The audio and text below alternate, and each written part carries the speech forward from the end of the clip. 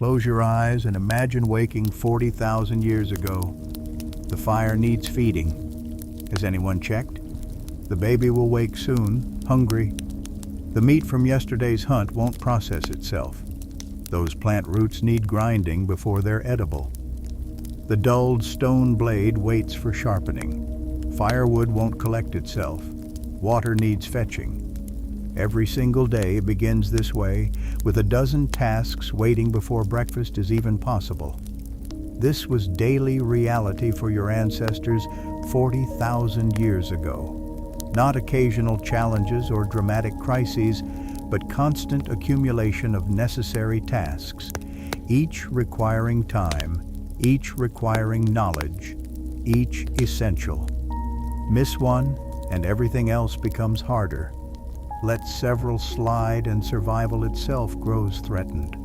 Fire dies without tending. Tools dull without maintenance. Food spoils without processing. Children need continuous care.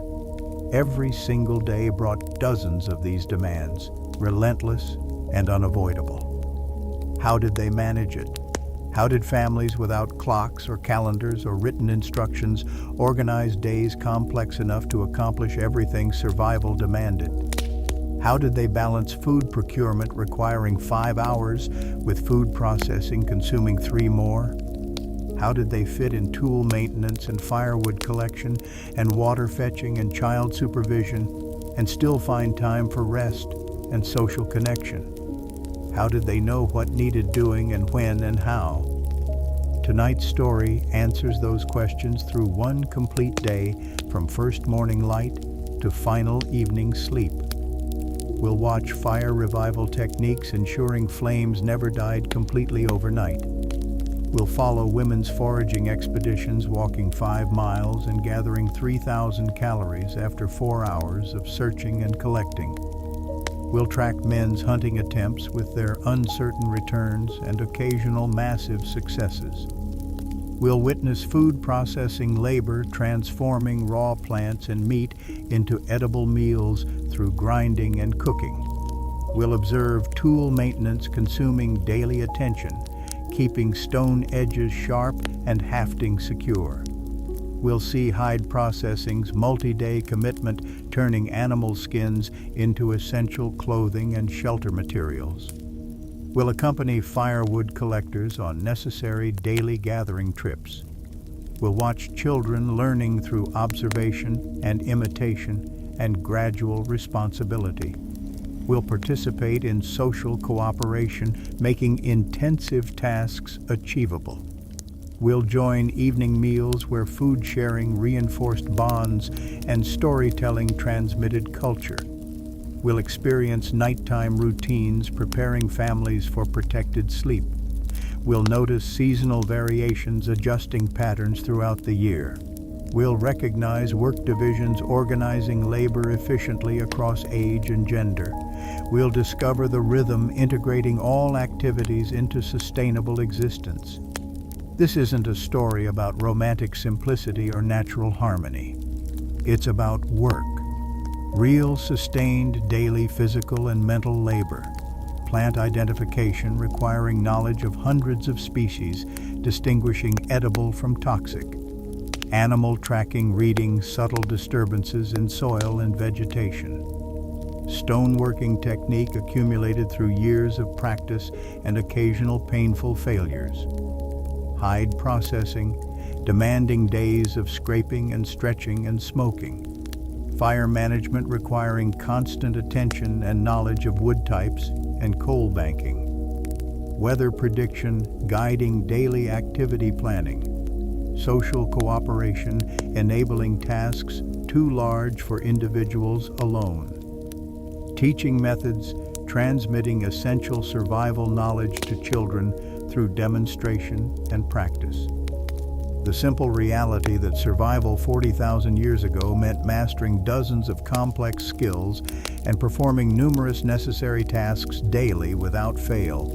because failure meant hunger, cold, vulnerability, potential death. But here's what matters most. They succeeded, not occasionally, not barely, but successfully enough that their children survived and had children, and those children had children in an unbroken chain leading directly to you. They created lives that, while certainly challenging, also achieved something remarkable: sustainability across thousands of generations, meaningful existence beyond mere survival, strong family bonds and rich cultural traditions, accumulated knowledge passed carefully from parents to children, cooperative social structures making survival achievable without constant crisis, the foundation of everything recognizably human. If you drift off before the story ends, that's perfect. These words are here to carry you gently toward rest. If you find comfort here, consider subscribing so there's always another story waiting. And if you'd like to support this work, there's a link below. For now, though, just settle in, get comfortable, let the modern world fade. We're going back to when morning light first touches the shelter entrance and someone must revive yesterday's banked coals for today's cooking fire, when children wake needing care and supervision, when food must be gathered from landscapes requiring intimate knowledge of plant locations and animal patterns, when everything procured must be processed through grinding or cooking or smoking before it becomes usable, when tools dulled through yesterday's work demand resharpening before today's tasks can begin, when hides from successful hunts must be scraped and stretched across multiple days or they'll rot and be lost, when firewood must be collected daily or the fire that enables everything else will die, when water must be fetched and children must be taught and cooperation must be maintained and evening meals must bring everyone together and stories must transmit the knowledge that makes survival possible. And we're discovering together, not through romantic notions or primitive stereotypes, but through detailed, realistic understanding of actual time allocations and work sequences and knowledge requirements and cooperation patterns and family bonds and accumulated cultural wisdom, exactly how daily life actually worked. One ordinary day repeated 10,000 times across a lifetime, creating existence that balanced necessary work with adequate leisure, individual needs with collective welfare, present demands with future provision, immediate survival with cultural meaning, until we understand completely what it truly meant to be human 40,000 years ago, living successfully through knowledge and effort and family, and the patient daily rhythm that made everything possible. Morning begins not with alarm clocks or fixed schedules, but rather when first light filters through the shelter entrance, perhaps around 6 or 7 during summer months, though later in winter when daylight comes later and nights extend longer and family members wake gradually, not all simultaneously, but in natural sequence, as some are early risers who stir at first hint of dawn, while others sleep more deeply and rise later. Though generally by the time sunlight fully illuminates the landscape, everyone has emerged from sleeping arrangements. The absolute first priority involves reviving the fire that was banked the previous evening, where someone, typically an early waking adult, who feels responsibility for this crucial task, uses a stick to carefully move aside the layer of ash and perhaps some larger, slow-burning logs that were deliberately placed over the firebed before sleep, covering the coals to maintain their heat through the 8 to 10 hours of darkness, exposing the glowing embers underneath that, despite hours without active feeding, retain enough heat to rekindle flames if managed properly. This person adds small dry twigs and crumpled grass that ignite quickly from the ember heat, blowing gently across the coals to provide oxygen that encourages combustion, watching as tiny flames begin licking at the tinder, gradually adding progressively larger sticks as the flames strengthen, building the fire through careful attention and proper sequencing from smallest to largest fuel until within perhaps 10 to 15 minutes of focused work, the fire burns vigorously enough to provide both the radiant warmth that makes the morning chill more bearable and the cooking capability that will be needed for preparing breakfast. This fire building represents absolutely crucial morning work because without successful fire revival, breakfast cannot be prepared beyond eating cold foods, water cannot be heated if someone is ill, or if warm drinks are desired, and the social and practical center around which family life organizes remains inactive and cold. While this fire building proceeds with one person managing this essential task, other family members begin stirring from sleeping positions. Children perhaps rubbing sleep from their eyes with small fists and moving instinctively toward the fire's growing warmth, still wrapped in the fur blankets they slept under. Adults stretching muscles and joints made stiff from sleeping on the ground.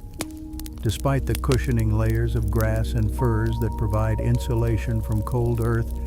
everyone gradually transitioning from the depths of sleep to full wakefulness without any urgency or external time pressure driving the process. The morning unfolds at the natural pace of human bodies moving from rest to activity,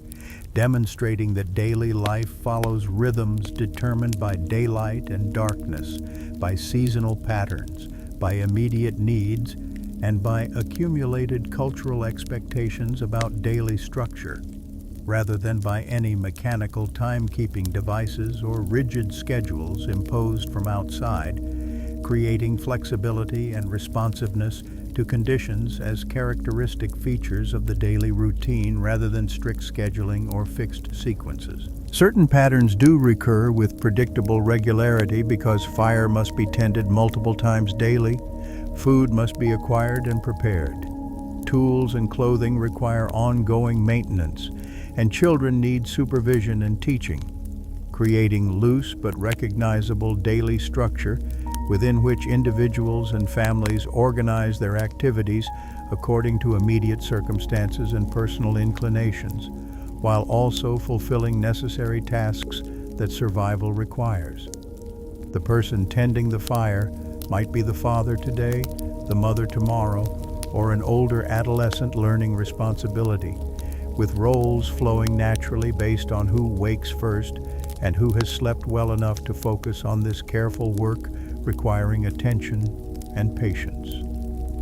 Once flames stabilize and begin producing useful heat, this person might add a few larger pieces of wood that will burn steadily for the next hour or two, providing continuous warmth and cooking capability without requiring constant attention, allowing the fire tender to turn to other morning activities while keeping one eye on the flames to ensure they neither die down nor flare up dangerously. As the fire establishes itself and warmth begins radiating outward from the hearth, other family members gradually become more active, with younger children perhaps playing quietly near the fire under watchful adult eyes. Older children beginning to help with simple tasks like fetching water containers or gathering items needed for breakfast preparation, and adults starting to organize the day's activities through quiet conversation and observation of weather conditions visible through the shelter entrance. The transition from sleep to full wakefulness might take 30 minutes to an hour, with no rush to achieve any particular state at any particular time. Just natural human rhythm, allowing bodies and minds to move from rest to activity at their own pace while staying connected to the family group through proximity and shared space around the warming fire.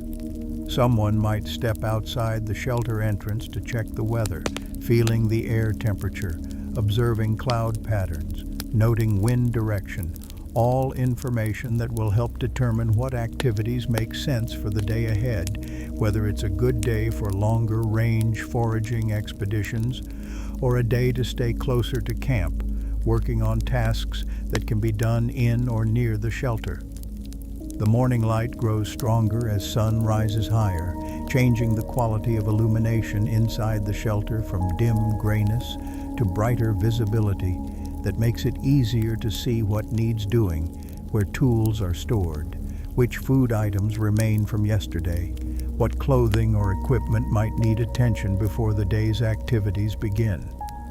This gradual brightening mirrors the gradual awakening of human bodies and minds, with external environment and internal state synchronizing naturally without artificial barriers between the two, demonstrating how deeply human daily rhythms were integrated with natural light-dark cycles that governed all life in this world. By the time full daylight arrives and the fire burns steadily, providing both warmth and cooking heat,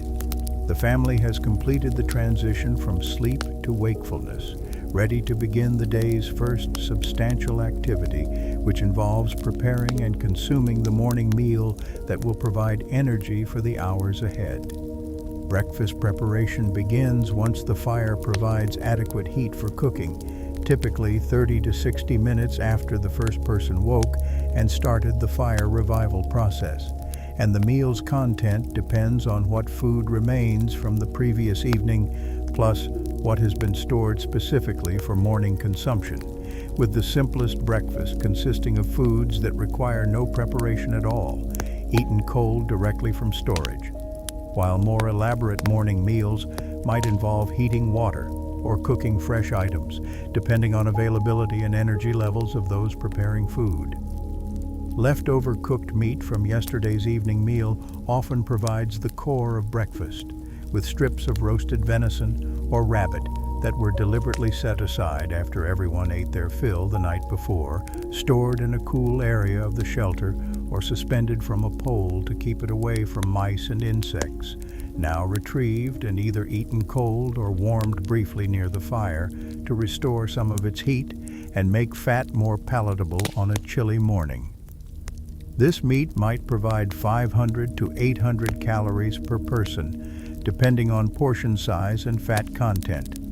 representing substantial nutrition that will sustain the body through several hours of morning activity without requiring significant preparation time or fuel consumption for cooking. Alongside the meat, breakfast typically includes plant foods that store well and require minimal or no preparation, with nuts being particularly important because they provide concentrated calories, roughly 100 to 80 calories per small handful, packed with fats that satisfy hunger effectively and sustain energy through long morning hours of physical activity. These nuts, perhaps hazelnuts or acorns, that were collected during autumn abundance and stored in hide bags or woven baskets in a dry area of the shelter, require only cracking open with a stone to access the edible kernel inside, work that can be done while sitting near the fire in the morning warmth, with shells discarded into the fire where they burn and add slight additional heat. Children often help with nut cracking, learning through practice how to strike with just enough force to break the shell without crushing the kernel, developing hand-eye coordination and fine motor control while contributing to the meal preparation in age-appropriate ways. A family of 6 might consume perhaps 200 nuts for breakfast, providing roughly 2,000 additional calories distributed among family members, with adults eating more and children less, according to their body size and energy needs.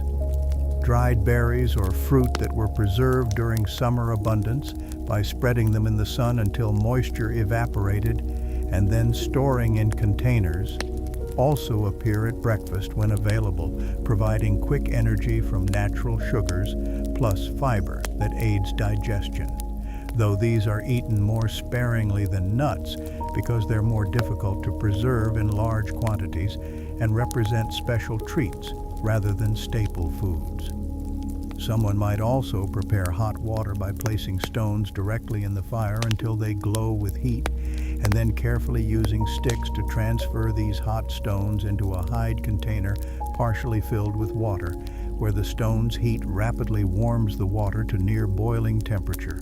creating a warm drink that is especially welcome on cold mornings and can soothe upset stomachs or simply provide comfort through its warmth spreading through the body after consumption. This hot water might be flavored with plant materials that add taste and medicinal properties, perhaps mint leaves or pine needles collected and dried during warmer seasons, steeped in the hot water to create a simple tea that provides both hydration and subtle flavor, while warming hands that hold the container and mouth that sips the liquid. The actual eating of breakfast unfolds as a social time rather than a rushed, fueling activity, with family members gathering around the fire in comfortable positions, some sitting on hides spread on the ground, others squatting in positions that allow quick standing if needed, everyone within easy reach of the fire's warmth and able to see each other's faces in the growing daylight. Conversation during breakfast might be minimal in the early stages as people still shake off sleep, but gradually becomes more animated as food enters stomachs and energy levels rise, with adults discussing plans for the day, what areas might be good for foraging based on recent weather and seasonal patterns, whether hunting makes sense given recent success rates and game movements, what tools or equipment need attention before the day's work begins.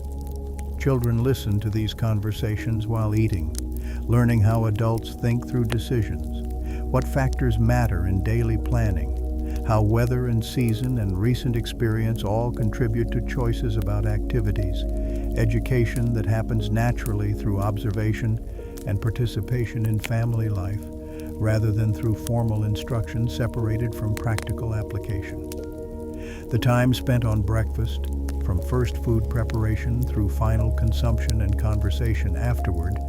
typically ranges from 30 to 60 minutes depending on what is being prepared and how elaborate the meal becomes, with simpler cold meals eaten quickly requiring perhaps only 20 to 30 minutes total, while more involved preparation with hot water and warming of foods might extend to a full hour. This time investment represents roughly 5 to 8% of the total waking hours in a day, a significant allocation that reflects the importance of starting the day with adequate nutrition and social connection, ensuring that everyone has consumed enough calories to support morning activities, and that the family has coordinated their plans through shared discussion around the morning fire. The meal provides not only physical fuel in the form of perhaps 1,500 to 2,500 calories distributed among family members according to their needs, but also social fuel in the form of shared time, conversation, and coordination that strengthens family bonds and ensures cooperative rather than chaotic approach to the day ahead. As breakfast concludes and the last morsels are consumed, family members begin transitioning to the day's activities, with some preparing to depart on foraging expeditions, others gathering tools for maintenance work, children moving into play that will occupy them while adults focus on productive tasks, and the family unit shifting from unified gathering around the fire to dispersed individuals and smaller groups pursuing different activities that will eventually reunite at day's end. Plant foraging, which provides the majority of calories consumed by the family and wider band, roughly 60 to 70% of total food intake in most environments and seasons, involves primarily adult women and older children, typically girls aged 8 to 12, who accompany their mothers and other female relatives. Departing the camp during mid-morning after breakfast has been consumed, and the fire has been properly maintained for those remaining behind, walking outward in searching patterns that extend from 1 to perhaps 5 miles from the camp depending on season and local resource density, covering this distance over the course of 3 to 4 hours of active foraging, though the actual time spent away from camp may be longer if the group pauses to rest or socialize, or if particularly rich food sources require extended processing at the gathering site before transport back to camp. During this time, the foragers exercise detailed knowledge of plant identification accumulated through years of learning and practice, recognizing which plants are edible and which are toxic, which parts of plants can be safely consumed and which must be avoided, which plants are available in which seasons and which locations. knowledge that represents vast accumulated database of botanical information passed from mothers to daughters across generations and constantly updated through personal observation and experimentation within safe boundaries of established understanding. The physical work involves walking across varied terrain, climbing slopes to reach certain plants that prefer elevated ground with good drainage, bending and stooping hundreds of times to dig roots using pointed sticks as tools that lever earth aside to expose tubers buried sometimes a foot or more below the surface, reaching into thorny bushes to collect berries without getting scratched, or at least minimizing scratches by approaching from angles where thorns are less dense, cracking nuts using stone tools that must be struck with just right force to break shells without destroying kernels, and carrying increasingly heavy loads in baskets woven from plant fibers or in hide bags as the gathering proceeds, and successful finds accumulate into substantial quantities of food.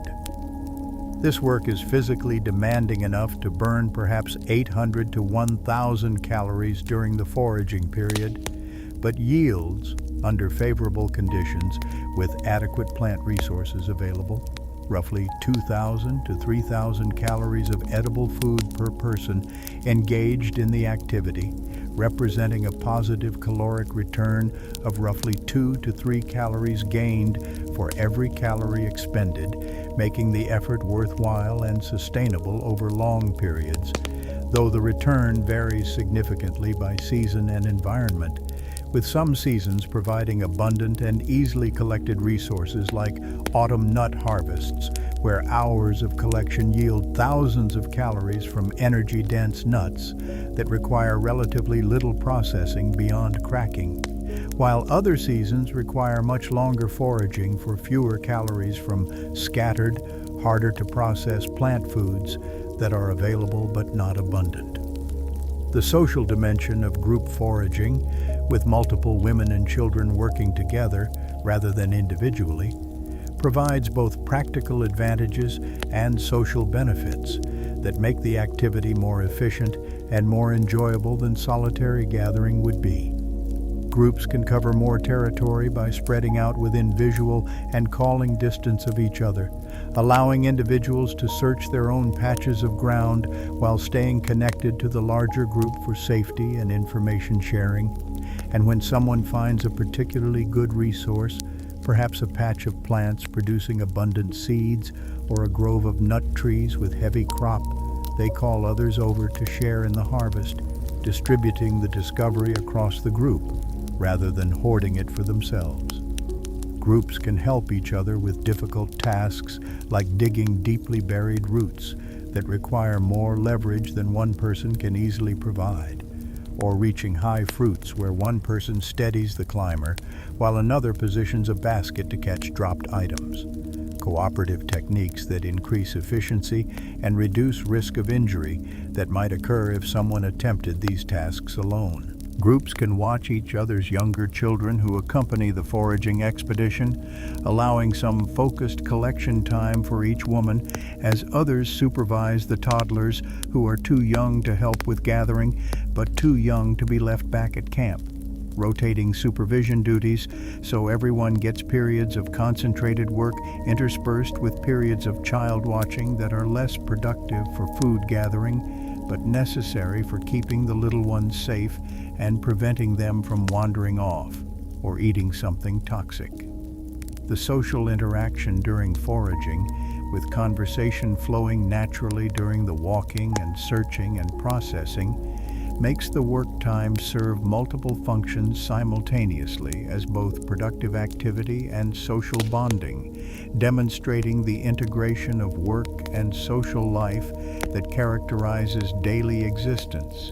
where productive activities are not separated from social relationships, but rather provide contexts for maintaining and strengthening social bonds through shared effort, conversation about family matters and camp news, teaching moments when experienced foragers share knowledge with younger learners, and cooperative accomplishment that reinforces trust and mutual support among group members. Stories might be shared while walking, observations about animal movements or weather patterns discussed while digging roots, decisions about when to return to camp negotiated while resting in shade during the warmest part of the day. All this conversation and social interaction happening naturally within the framework of productive work, rather than requiring separate, dedicated social time. The foraging grounds themselves become familiar landscapes known intimately through repeated visits, where certain trees are recognized as reliable nut producers year after year. Certain meadows known for abundant edible greens in spring, certain hillsides understood to offer different plants than valley bottoms. All this geographical and botanical knowledge building over years of experience into detailed mental maps that guide efficient foraging by directing efforts toward locations most likely to yield good returns. By early afternoon, typically 3 to 4 hours after departure from camp, the foraging group begins the return journey, carrying accumulated food in baskets and bags that have grown progressively heavier throughout the morning, with each woman and child carrying loads proportional to their strength and size, perhaps 30 pounds for strong adult women, 15 to 20 pounds for adolescent girls, 5 to 10 pounds for younger children who are capable of carrying something and proud to contribute even if their loads are modest. The return walk takes longer than the outbound journey because of the added weight, and because there's less urgency now that the day's gathering is accomplished, with the group perhaps pausing to rest and eat some of the gathered food, snacking on nuts or berries during the return trip. Social time relaxing after the focused work of the morning. Arrival back at camp, typically in early to mid-afternoon, brings satisfaction of accomplishment, plus the practical work of unloading the gathered foods, sorting them by type,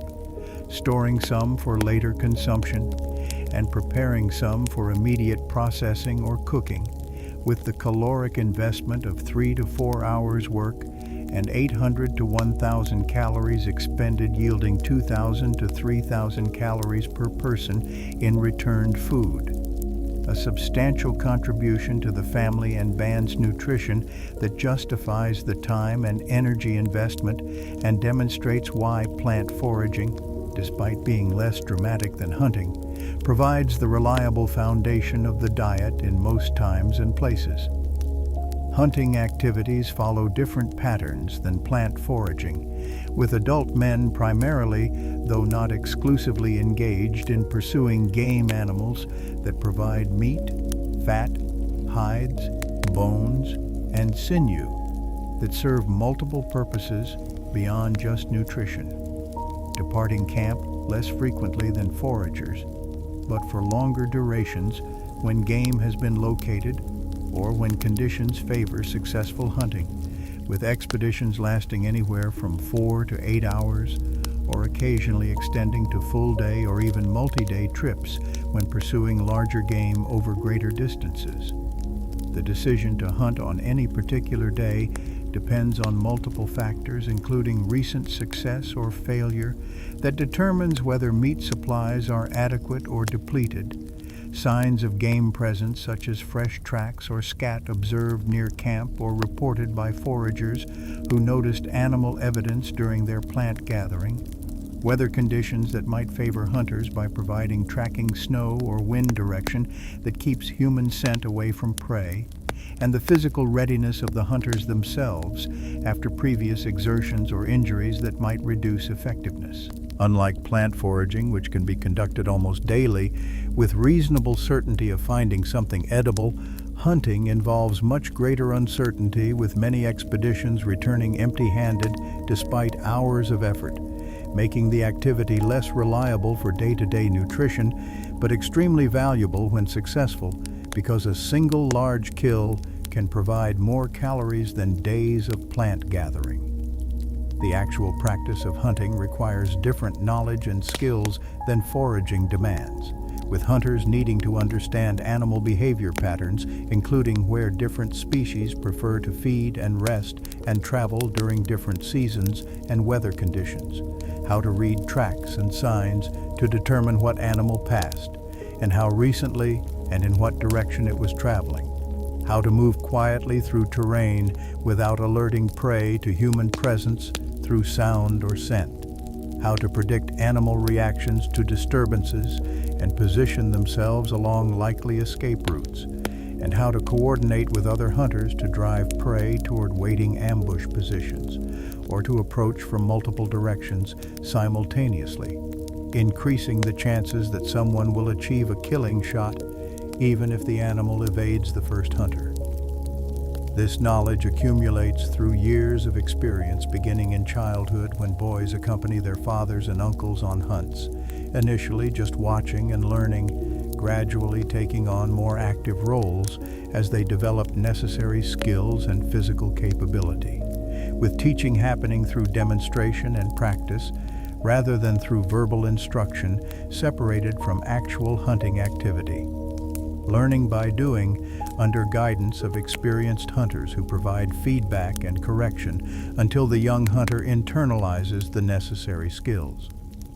The weapons used in hunting, primarily wooden spears with stone points hafted to shafts using hide strips and pine resin adhesive, require significant force to penetrate animal hide and reach vital organs, meaning hunters must approach relatively close to prey, typically within 20 to 30 paces, rather than attacking from long distances, creating risk both of missing the shot and of being injured by prey that fights back,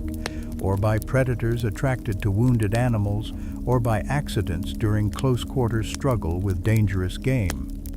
This close-range requirement makes cooperation among hunters extremely valuable because multiple spears thrown simultaneously from different angles dramatically increase the chances of at least one making a vital strike. And injured animals can be more safely dispatched when multiple hunters work together, rather than one person facing a wounded, dangerous animal alone.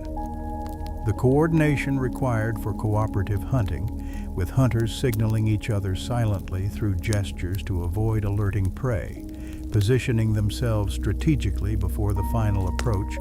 timing their attacks to strike simultaneously rather than in sequence that might allow the animal to escape after the first spear, demands sophisticated communication and mutual trust that develop through repeated hunting together over months and years of shared experience. The caloric return from successful hunting varies enormously depending on what is killed, with a rabbit providing perhaps 500 calories of edible meat for hours of hunting effort, representing a poor return, barely better than foraging would yield, while a deer might provide 40,000 to 60,000 calories of meat and fat for similar hunting time, representing an excellent return that feeds the entire band for days. And rare successful hunts of very large game like mammoth or bison, potentially yielding hundreds of thousands of calories that justify even multi-day hunting expeditions despite their low success rates. This extreme variability means that hunting cannot be relied upon for consistent daily nutrition the way plant foraging can, but successful hunts provide not only massive caloric returns, but also other materials that foraging cannot supply, including hides for clothing and shelter covering, bones for tools and structural elements, sinew for cordage and hafting, fat for stored energy and for various practical applications, making hunting valuable beyond just the meat it occasionally provides. The success rate varies by season and skill and luck, but might average perhaps one successful hunt per 5 to 10 attempts for moderate-sized game like deer, with smaller game like rabbits more reliably obtained but providing less reward, and larger game much more rarely secured but providing enormous benefits when successful, creating a pattern where hunting is pursued opportunistically when conditions favor success, rather than as daily routine activity like foraging. When hunting is successful and an animal is killed at some distance from camp, the work of butchering and transport begins immediately at the kill site, with hunters working to open the carcass, remove internal organs that are either consumed immediately for their rich nutrition or left for scavengers, depending on palatability and transport considerations. Separate usable meat from bones in larger animals where carrying the entire carcass is impractical, and pack the meat and valuable parts for the journey back to camp, where it will be further processed and distributed. This field butchering requires sharp stone tools that must be maintained throughout the process by retouching edges that dull from cutting through tough hide and connective tissue, plus knowledge of animal anatomy that guides efficient separation of meat from bone and identification of valuable organs versus waste. Work that might take 2 to 4 hours for a deer-sized animal with multiple hunters working cooperatively to complete the butchering and prepare loads for transport. The return journey to camp, now carrying perhaps 50 to 80 pounds of meat per hunter, proceeds slowly but with satisfaction of success. Arriving back at camp, typically in late afternoon or evening, where the arrival of hunters with meat triggers celebration and attracts attention of everyone in the band who gather to see what was obtained and to anticipate their share of the upcoming feast.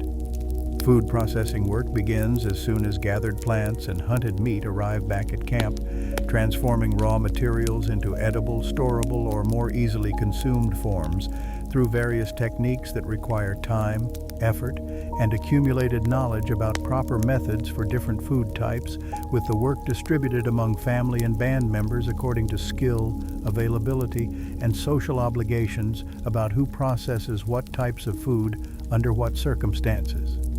Plant foods returning from foraging expeditions require different processing depending on their nature, with some items like berries and soft fruits edible immediately upon return, requiring only quick rinse to remove dirt and insects before consumption,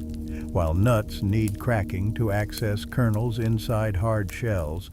Work done using stone hammers and anvils with technique that balances force sufficient to break shell against delicacy needed to avoid pulverizing the edible kernel, taking perhaps 2 to 5 seconds per nut or roughly 10 to 20 minutes per person to crack enough nuts for one meal. Work often done by children and elders whose contribution to food processing is valuable even if they cannot participate in the more physically demanding foraging and hunting activities. Other plant foods require more extensive processing before becoming edible, with certain roots containing toxins that must be leached out through repeated soaking and water changes over hours or even days, or ground into paste using stone grinding tools where the mechanical action breaks down tough cellular structures, making nutrients more accessible during digestion. Work that consumes 1 to 3 hours of effort by experienced processors to prepare enough processed roots to feed the family one meal. The grinding work involves placing plant material on a flat stone surface called the grinding slab, and using a rounded hand stone called the mono to crush and pulverize the plant matter through repeated back and forth or circular motions that gradually reduce roots or seeds to powder or paste consistency. Physically demanding work that exercises arms, shoulders, and back, while requiring sustained attention to achieve proper consistency without letting unprocessed chunks remain that would be difficult to eat or poorly digested. The grinding stones themselves represent valuable tools carefully selected for appropriate hardness and surface texture, maintained through use that gradually shapes them into more effective implements, sometimes passed down through generations as important family possessions whose work-worn surfaces represent hundreds of hours of processing labor by mothers and grandmothers and great-grandmothers, stretching back through time, connecting present food processing to ancestral work in tangible ways. The sound of grinding, the rhythmic scrape of stone on stone as the mono moves across the metate, becomes familiar background noise in camp during late afternoon and evening as processors work to prepare the day's gathered foods for consumption, a sound that signals normal life continuing, food being made ready, the daily cycle of procurement and preparation proceeding as it should. Meat processing. When a successful hunt brings game back to camp, involves different techniques and considerations than plant processing. Beginning with butchering work that separates the animal carcass into manageable pieces, cuts meat away from bones following natural seams between muscle groups to maximize yield while minimizing waste, and identifies which pieces are best suited for immediate consumption versus preservation for later use. The butchering of a deer-sized animal might occupy 2 to 4 hours of focused work by experienced processors, typically men who participated in the hunt, plus some women skilled in meat processing, using sharp stone blades that must be resharpened multiple times during the work as they dull from cutting through tough hide, cartilage, and connective tissue, producing perhaps 50 to 80 pounds of usable meat, plus valuable bones, hide, and other materials that will be processed separately for their specific uses. The division of meat follows cultural rules about distribution that ensure fairness and maintain social bonds, with hunters who made the kill typically receiving choice portions in recognition of their skill and effort, but substantial quantities also distributed to other families in the band according to patterns of reciprocity and kinship obligation that create networks of mutual support, ensuring that everyone shares in success even if they didn't directly participate in this particular hunt. Cooking transforms raw meat and processed plant foods into more palatable, safer, and often more nutritious forms through the application of heat that breaks down tough proteins and fibers, kills parasites and bacteria that might cause illness, and creates flavors and aromas that make eating more enjoyable and that signal to the body that food is available, triggering digestive processes. The cooking methods available without pottery or metal include roasting over open flames, where meat or roots are held directly in or near fire, often suspended on green wood sticks that don't burn readily, cooking relatively quickly in perhaps 15 to 30 minutes for portions of meat, but requiring constant attention to rotate items and prevent charring on one side while leaving the other side raw. Another method involves wrapping food in leaves or layers of grass and burying it in hot coals at the fire's edge, creating an earth oven effect where food cooks more slowly but more evenly without needing constant attention, requiring perhaps 1 to 2 hours for larger pieces, but freeing the cook to attend to other tasks during the cooking period. For foods requiring boiling, accomplished before pottery by using hide containers filled with water, with hot stones from the fire transferred into the water using stick tools, bringing the water to boiling temperature where it stays hot long enough to cook foods that benefit from wet heat. Method particularly useful for rendering fat from bones and for cooking tougher cuts that become tender through long, slow cooking, though the method is more labor-intensive than direct roasting because it requires repeatedly heating stones and transferring them as they cool, maintaining boiling temperature, perhaps requiring new hot stones every 15 to 20 minutes. The total time invested in food processing and cooking, from first arrival of raw materials back at camp through final preparation of ready-to-eat meals, typically ranges from 2 to 3 hours during afternoon and early evening, with variations depending on what foods are being processed and how many people are available to share the work, representing substantial daily time allocation of roughly 15 to 20% of waking hours dedicated to transforming procured foods into consumable forms. This investment reflects the reality that most foods humans eat require processing beyond simple collection before they yield optimal nutrition and palatability, with the accumulated knowledge of proper processing techniques representing crucial cultural information passed from generation to generation, teaching young processors through demonstration and guided practice how to grind grain to proper consistency, how to judge when meat is cooked through, how to tell if roots have been adequately leached of toxins. All this knowledge enabling efficient and safe food preparation that maximizes nutritional return from procured resources while minimizing risk of illness or waste. The work, though time-consuming and sometimes physically demanding, carries satisfaction of transforming raw ingredients into meals that will nourish the family. Tangible productivity whose results will be visible and appreciated when everyone gathers for the evening meal around the fire as day transitions toward night. Tool maintenance represents continuous daily work rather than occasional activity,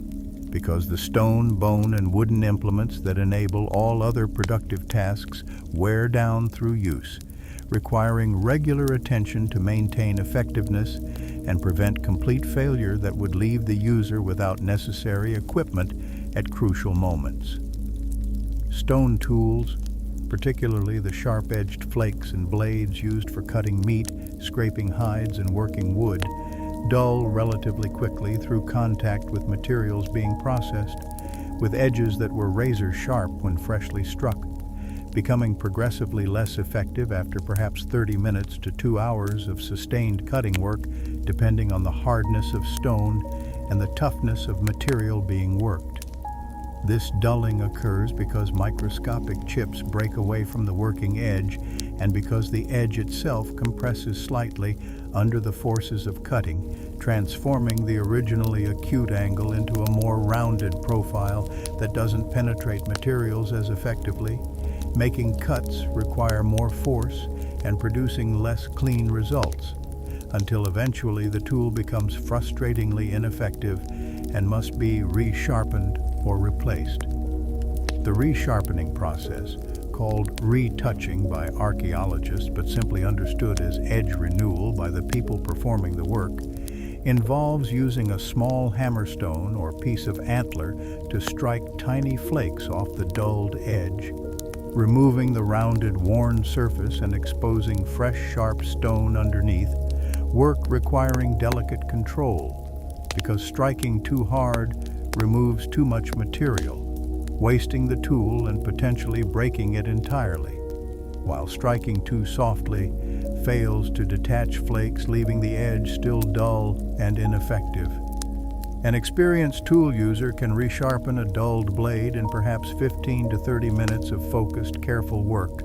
examining the edge frequently in good light to assess progress, adjusting striking force and angle based on how the stone responds, gradually working around the entire edge until sharpness is restored to satisfactory level. This maintenance work might need performing once or twice daily for heavily used cutting tools, consuming perhaps 30 minutes to an hour of total time across all the tools one person regularly employs, time that must be allocated from the day's activities just as surely as time for food procurement and processing must be allocated, representing overhead cost of maintaining the technology that enables productive work. Beyond resharpening existing tools, maintenance also involves repairing hafted tools where stone points or blades are attached to wooden handles using bindings and adhesives that can loosen or break during use, potentially losing valuable stone components or rendering the tool unusable until repairs are made. The hafting that attaches a stone blade to a wooden handle typically uses hide strips or plant fiber cordage wrapped tightly around the junction between stone and wood, supplemented with pine resin or birch tar adhesive that hardens to create solid bond. But these materials deteriorate through moisture exposure, physical stress, and simple aging, with bindings stretching and loosening, adhesives cracking and losing grip, joints that were once solid becoming increasingly wobbly until the tool cannot be used effectively without risk of the stone component detaching during work. Repairing a loosened hafting requires unwrapping the old bindings, cleaning away deteriorated adhesive, preparing fresh adhesive by heating resin until it becomes malleable, applying the adhesive to both stone and wood surfaces, repositioning the stone precisely in its socket, wrapping fresh bindings tightly while the adhesive is still soft, and allowing time for the adhesive to cool and harden, creating renewed solid joint. Work that might consume 30 minutes to an hour per tool, depending on complexity of the hafting and availability of materials. Creating entirely new tools when existing ones break beyond repair, or when new implements are needed for upcoming tasks, represents more substantial time investment than simple maintenance. With the manufacture of a functional stone tool from raw material requiring anywhere from 1 to 4 hours, depending on the tool type and the skill of the napper. The process begins with selecting appropriate raw stone, ideally fine-grained materials like flint or obsidian that fracture predictably along smooth surfaces rather than splintering chaotically like coarse-grained rocks, found in specific geological contexts that knowledgeable toolmakers learn to recognize, sometimes requiring travel to quarry sites where good stone outcrops or can be collected from riverbeds where erosion has exposed and concentrated suitable materials. Once raw material is obtained, the knapping process involves striking the stone with a hammerstone to detach large flakes that become blanks for tools. Each strike requiring careful consideration of where to hit and with how much force to achieve. Desired fracture pattern, with successful knapping producing flakes with sharp edges and appropriate size and shape, while unsuccessful strikes waste material by shattering the stone or producing useless fragments, making skill and experience crucial determinants of efficiency in tool production. The stoneworking knowledge required for effective tool manufacture represents accumulated understanding developed through years of practice, beginning in childhood, when boys and girls both observe adults knapping and experiment with stone on their own, gradually internalizing principles about how stone breaks, what angles produce good flakes, how much force is needed for different stone types, where to strike to control fracture direction. All this knowledge encoded not in verbal instructions but in muscle memory and visual assessment that guides the experienced napper's hands almost automatically toward effective strikes. Teaching stoneworking happens primarily through observation and imitation rather than explicit instruction, with learners watching skilled knappers work, noting their body positions, striking motions, angles of approach, then attempting to replicate these actions with their own stones under the occasional guidance of someone who notices a persistent error and demonstrates correct technique. Learning process that might span years from first childhood experiments to adult competence capable of producing full range of needed tools efficiently. The most skilled knappers, whose work produces consistently superior tools with minimal waste of raw material, gain recognition and respect within the group, with their services sometimes requested by others who provide food or other goods in exchange for tools, creating informal specialization where the best tool makers focus more on production while relying more heavily on others for food procurement. Though full-time specialization is impossible in small mobile groups where everyone must contribute to multiple aspects of survival. Tool organization and storage, ensuring that implements are available when needed and protected from damage when not in use, represents another aspect of tool maintenance that consumes small amounts of time, but provides important benefits in efficiency and tool longevity. Finished tools might be kept in hide bags or stored in specific areas of the shelter where they won't be stepped on or lost, with different tool types grouped together so the user knows where to find cutting blades versus scraping tools versus drilling points, when specific implements are needed, organizational systems that vary by individual preference, but that all serve the same function of maintaining order and accessibility. Some tools, particularly valuable or frequently used ones, might be curated carefully with deliberate decisions about when to use them versus saving them for tasks that really require their specific capabilities, with backed-up redundant tools maintained so that if a primary tool breaks during critical work, replacement is immediately available rather than work stopping while new tools are manufactured under time pressure. The total daily time allocated to tool maintenance, including resharpening, hafting repair, new tool manufacture when needed, and organization might average 1 to 2 hours distributed across multiple family members who maintain their own personal toolkits, representing roughly 8 to 15% of waking hours invested in maintaining the technological capabilities that enable all other productive activities, from food processing to hide working to shelter construction. Hide processing represents some of the most labor-intensive work performed by the family and band, transforming raw animal skins removed from freshly killed game into usable leather suitable for clothing, shelter coverings, containers, and cordage through multi-day sequences of scraping, stretching, and smoking that require sustained physical effort, specialized knowledge, and often cooperative labor because the work is too demanding for one person to complete efficiently alone. The process begins immediately after a successful hunt when the hide is carefully removed from the carcass, starting with cuts around legs and neck,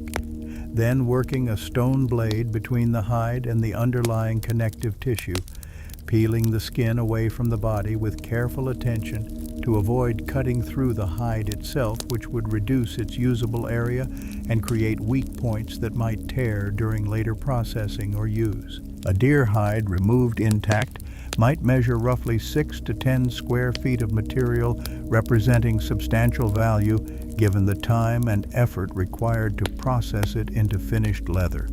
making careful removal important to maximize return from the successful hunt, with the fresh hide weighing perhaps 12 to 18 pounds, including substantial fat and membrane material that still adheres to the flesh side and that must be removed during the initial processing stages. The first major processing stage, called fleshing by hide workers, involves securing the fresh hide flesh side up, either stretched on the ground held with stakes or draped over a smooth log or frame, then using stone scrapers to methodically remove all fat, membrane, and meat fragments that remain attached to the flesh side after skinning, work that requires sustained scraping motion, pushing the tool across the hide surface, applying enough pressure to strip away unwanted material without cutting through the hide itself, which would ruin sections of the valuable skin. This scraping work, performed by women primarily, though men sometimes assist particularly with larger hides from big game, consumes approximately 4 to 6 hours of sustained physical effort distributed over 2 to 3 days, with work periods limited by arm and shoulder fatigue that makes continued effective scraping impossible after perhaps 1 to 2 hours of continuous work, requiring rest breaks to allow muscles to recover before resuming the scraping, meaning the hide work proceeds in sessions rather than in single marathon effort. Multiple people working together on a single large hide can complete the fleshing more quickly through distributed effort, and can also provide social company that makes the tedious, repetitive work more bearable through conversation and shared labor, with experienced hide workers training younger women in proper scraping techniques, teaching the right angle to hold the scraper, appropriate pressure to apply, systematic patterns for working across the hide surface to ensure complete removal of unwanted material. After fleshing removes the fat and membrane from the flesh side, the hide requires treatment to prevent it from rotting. as organic material naturally does when not processed, with traditional methods involving either smoking the hide in dense smoke from particular wood types whose chemical compounds preserve the leather and provide water resistance, or working softening agents into the hide that break down tough protein structures, making the leather supple rather than stiff. The smoking process requires constructing a simple smoke chamber by creating a small, smoldering fire that produces dense smoke without much flame, using wood types like willow or cottonwood that generate aromatic smoke with preservative properties, then suspending the hide above or around this smoke source where it is continuously bathed in smoke for approximately 6 to 8 hours of exposure time,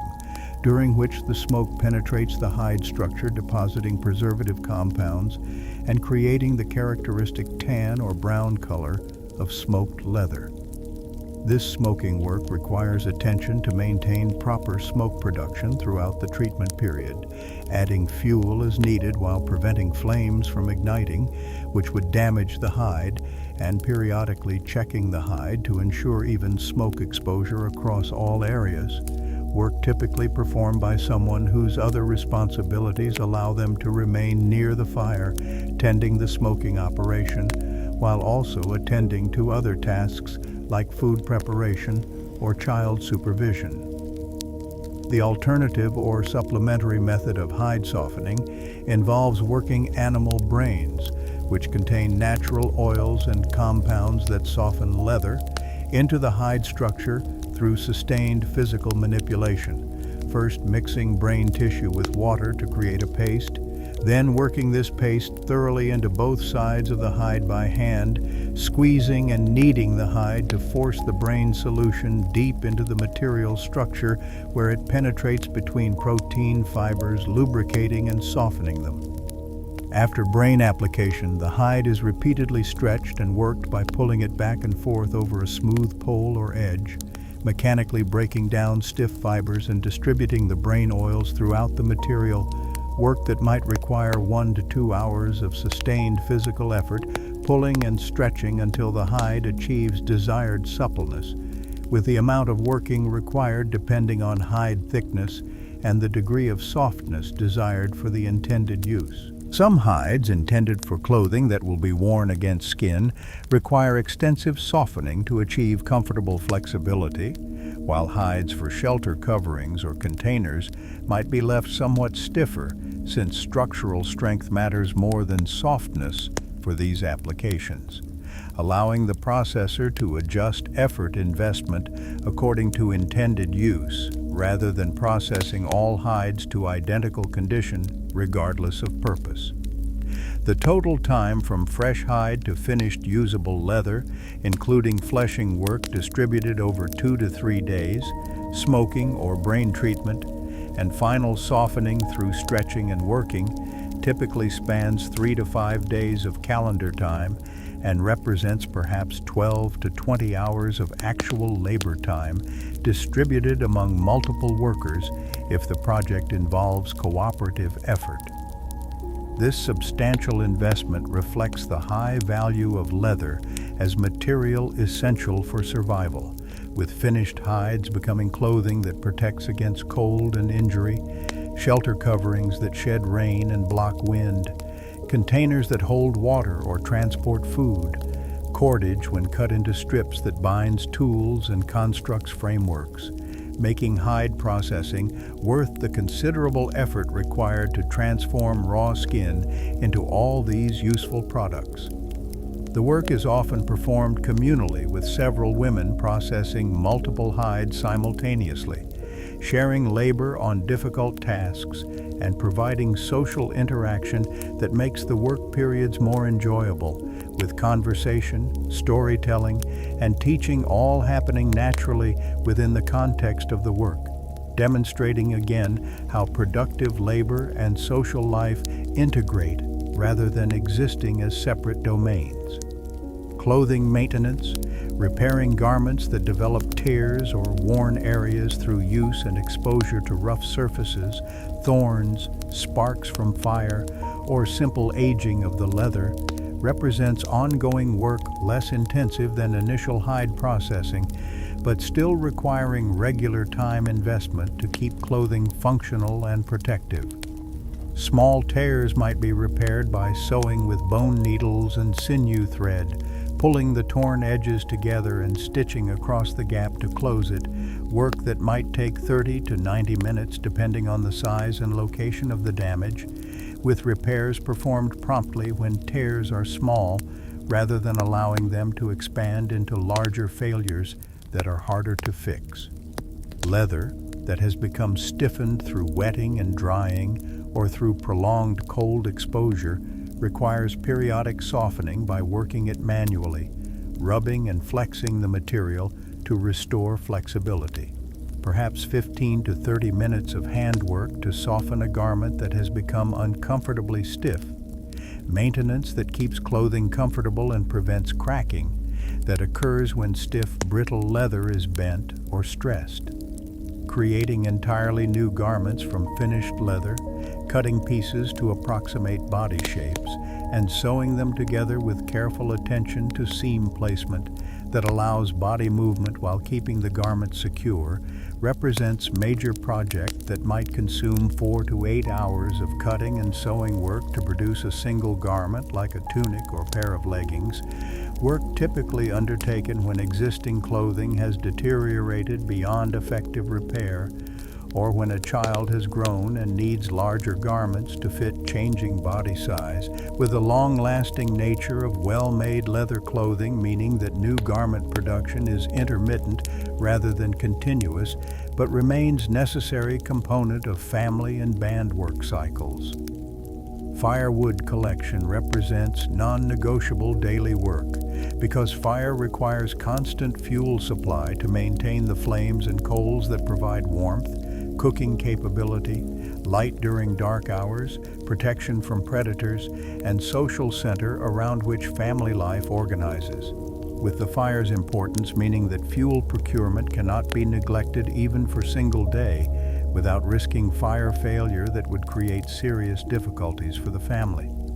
The daily fuel requirement varies with season and weather, with cold winter days requiring more wood to maintain adequate warmth inside the shelter and to keep fire burning through longer nights, perhaps consuming the equivalent of 100 to 150 pounds of wood per day for a family fire that burns continuously, while warmer summer days might require half that amount with shorter nights and less need for warmth, meaning the fire can be smaller and burns less fuel. This daily fuel consumption translates into procurement requirement of gathering and transporting substantial quantities of dead wood from areas surrounding the camp, with the closest dead wood being consumed first, requiring progressively longer walking distances to find adequate fuel, as the occupation of a particular camp location extends over weeks or months, creating one of the pressures that eventually makes the band decide to move to new location, where resources including firewood are more readily available in the immediate vicinity. The actual work of firewood gathering typically involves 1 or 2 people, often a combination of an adult and older children capable of carrying useful loads, departing camp during afternoon with the specific purpose of collecting fuel, walking in systematic search pattern that covers territory within approximately 1 to 2 miles of camp, depending on how long the site has been occupied and how thoroughly nearby fuel has already been collected. Dead wood is preferred over cutting live green wood because it has lower moisture content and burns more readily without the extended drying period that green wood requires before it becomes usable fuel, with dead wood identified by absence of leaves or needles, gray weathered appearance of bark or exposed wood where bark has fallen away, and brittleness that allows branches to snap cleanly rather than bending when force is applied. The collector walks through wooded areas, looking specifically for fallen branches and standing dead trees that can be broken or knocked down, evaluating each piece for appropriate size, with preference for wood ranging from wrist-thick branches that provide sustained burning to arm-thick pieces that create longer-lasting coals, while smaller twigs are collected for kindling, and very large logs are generally avoided unless they can be broken into manageable pieces, because transporting extremely heavy wood back to camp requires effort disproportionate to the fuel value gained. As suitable pieces are located, the collector either breaks them to appropriate lengths by striking them against rocks or trees, or carries longer pieces that will be broken at camp where stone tools are available for cutting wood that's too thick to break by hand, with the goal being to accumulate a load of approximately 30 to 50 pounds of wood per person that represents maximum carry weight for sustained distance back to camp without excessive fatigue. The firewood is bundled using cordage if available, or simply gathered in arms in unwieldy armload that requires careful balance to transport, with the return journey taking perhaps 20 to 40 minutes depending on how far from camp the collection occurred and how difficult the terrain is to traverse while carrying awkward loads. The total time investment for firewood gathering from departure from camp through return with fuel typically ranges from 1 to 2 hours per collection trip, with frequency depending on rate of wood consumption, but generally requiring collection every day or every other day to maintain adequate stockpile, meaning that firewood procurement consumes roughly 8 to 15% of one person's daily time, or proportionally less if multiple people share the work, representing significant but manageable allocation of labor to maintain this essential resource. The firewood stockpile maintained near the shelter serves multiple functions beyond simply providing convenient fuel access, also representing visible security that adequate fuel is available for upcoming needs, with a good stockpile of several days' worth of wood, allowing the family to weather storms or cold snaps without needing to venture out for collection during adverse conditions, and providing psychological comfort through the tangible presence of this essential resource in reliable quantity. The stockpile is typically organized with smaller kindling kept dry under shelter overhang or covered with hides to protect it from rain that would make starting fires difficult, while larger pieces can tolerate weather exposure and are simply piled within easy reach of the person tending fire, with some strategic thinking about using older wood that has been in the pile longer before using newly collected pieces to ensure that wood doesn't deteriorate through prolonged exposure to ground moisture and decomposition organisms. Green wood that is collected when dead wood becomes scarce, or when specific wood types are desired for particular purposes like smoking hides, requires drying before it will burn effectively, accomplished by placing green pieces near the existing fire where heat gradually drives out moisture over the course of several days until the wood lightens in weight and becomes suitable fuel, creating a curing process that transforms green wood into usable fuel given sufficient time and proper management. Fire tending throughout the day represents additional small time allocations that accumulate to meaningful total investment, with someone needing to add fresh fuel every hour or two to maintain the fire at useful level, taking perhaps 2 to 5 minutes per feeding to select appropriate pieces from the stockpile, place them strategically on the fire to achieve desired burning pattern, and adjust their position as needed to control flame and heat distribution. During the day when people are active around camp, fire tending integrates easily into other activities with whoever happens to be near the fire, noticing when it needs feeding and taking a few moments to add wood before returning to whatever else they were doing. But during night hours, someone must wake periodically to feed the fire, either the person banking the fire in evening, who wakes naturally after a few hours to add more fuel, or a light sleeper who rouses during the night and adds wood while others sleep. with this night tending being less burdensome than it might seem because humans naturally experience lighter sleep periods several times per night even without external motivation, making it relatively easy for someone to wake briefly, tend fire, and return to sleep without experiencing significant sleep disruption. The cumulative time spent on fire tending, including brief feeding sessions throughout day and night, might total 30 to 60 minutes of small distributed efforts, time that seems minimal in any single instance, but that represents continuous attention, requirement that cannot be neglected without risking fire loss. That would be major setback requiring fire starting from scratch, using bow drill or other friction method that takes significant time and effort. Child care patterns within the family and band integrate supervision, teaching, and productive contribution in ways that differ substantially from modern separation of childhood as protected period, isolated from adult work and responsibility, with children of different ages participating in family and band life according to their developing capabilities, while remaining under protective oversight appropriate to their vulnerability and limited experience. Infants, from birth through approximately the first 2 years, require essentially constant physical contact and attention,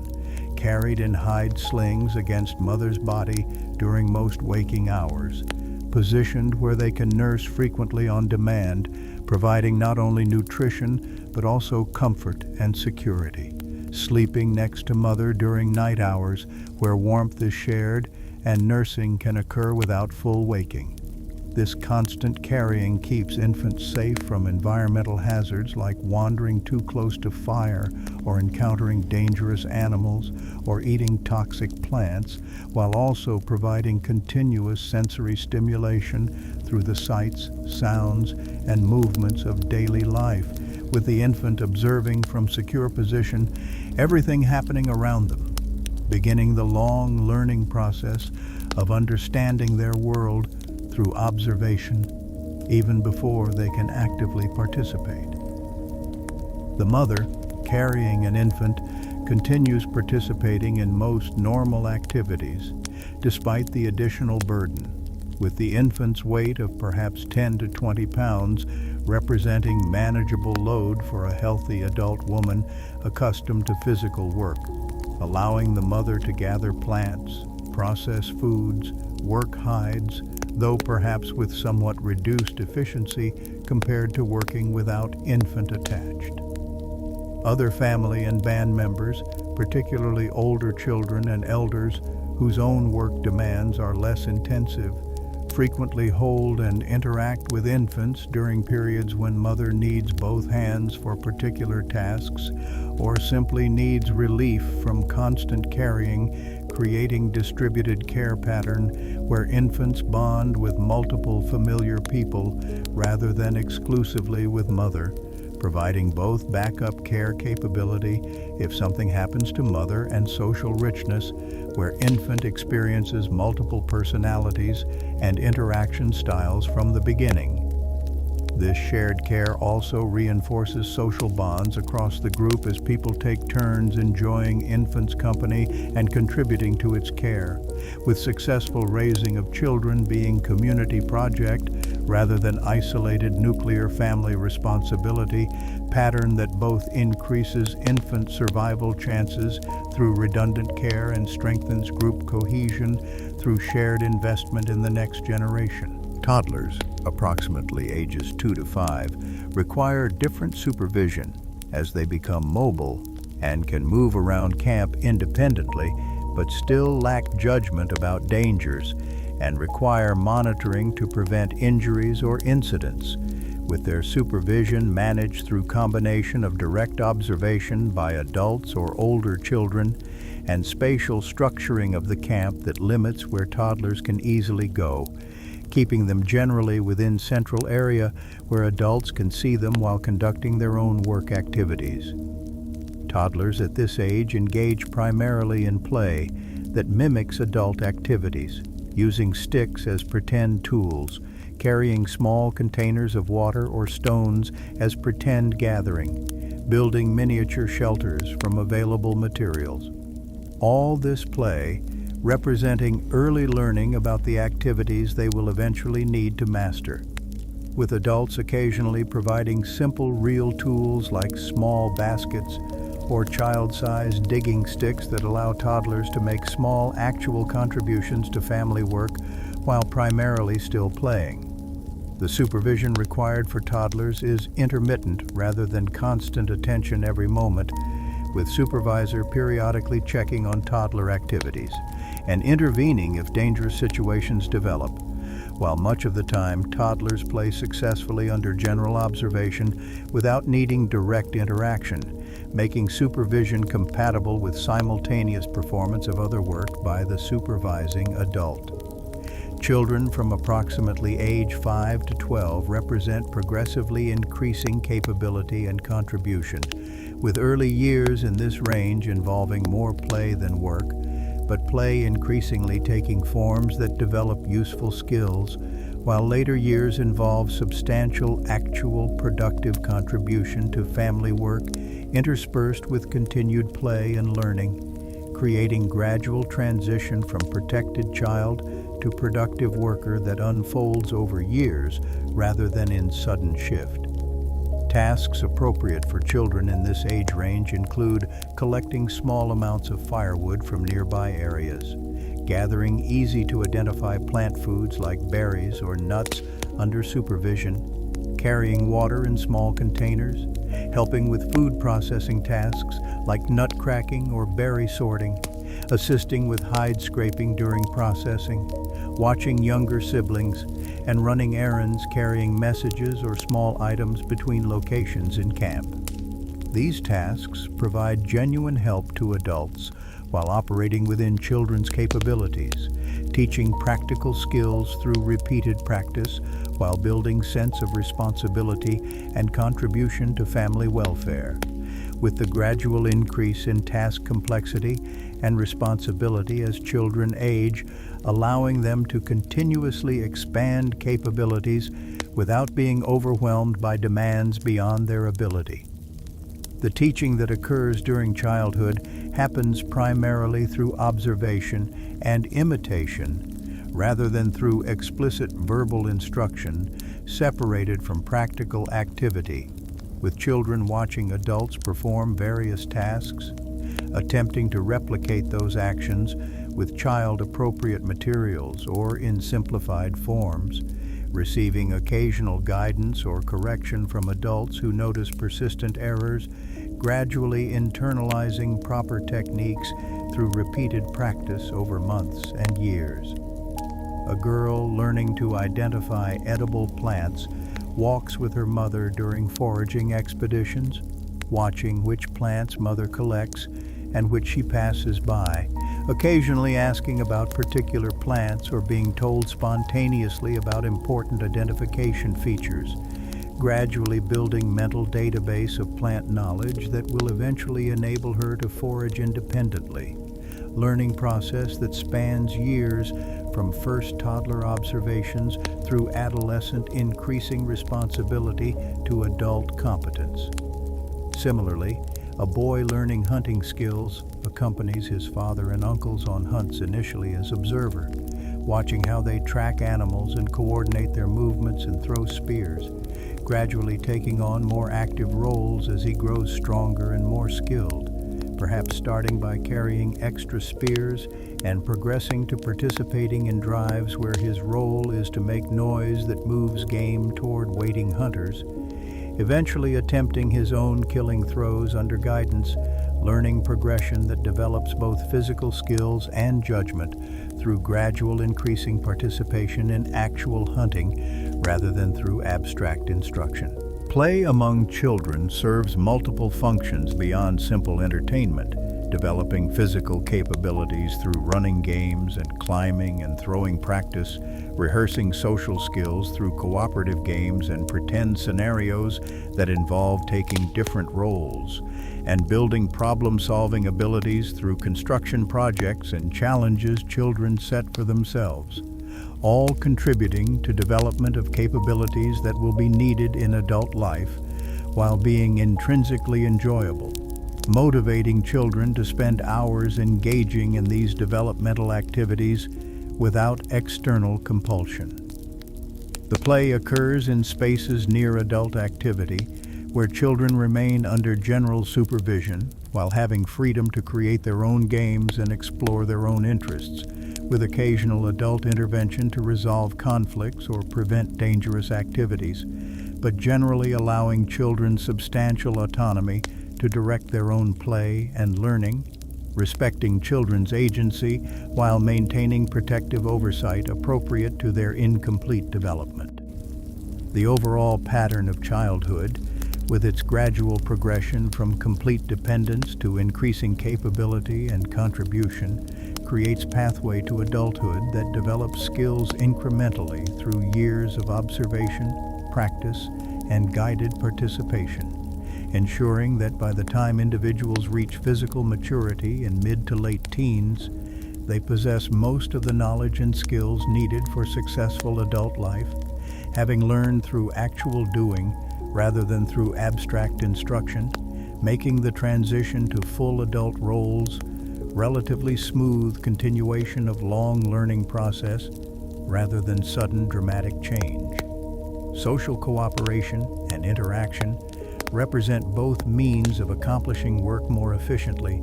and ends in themselves, as humans naturally seek connection and relationship with others of their kind, creating daily patterns where productive activities and social bonding occur simultaneously,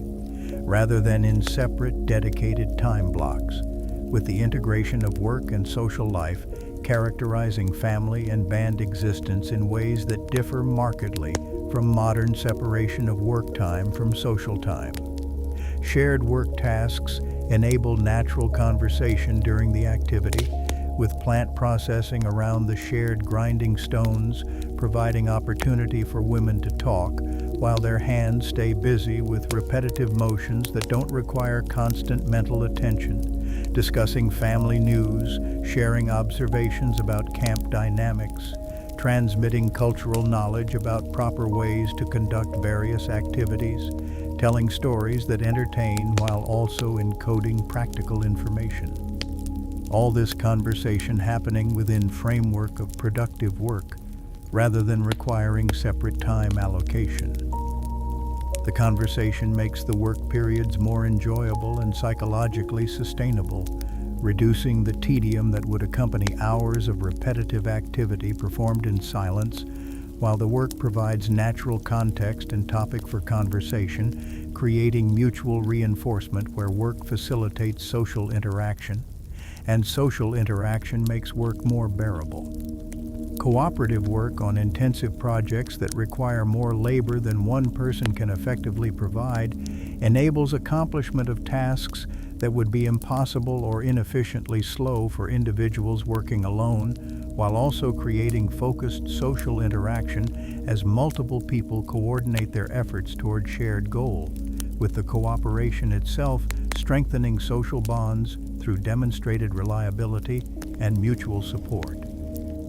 Hide processing represents classic cooperative work opportunity, with the scraping of large hides from deer or larger animals proceeding much faster when 2 or 3 people work simultaneously on different sections of the hide, while also providing companionship and conversation during the hours of sustained physical effort required to complete the fleshing stage, with experienced processors teaching less experienced ones through demonstration and correction during the shared work, transmitting knowledge while accomplishing necessary tasks.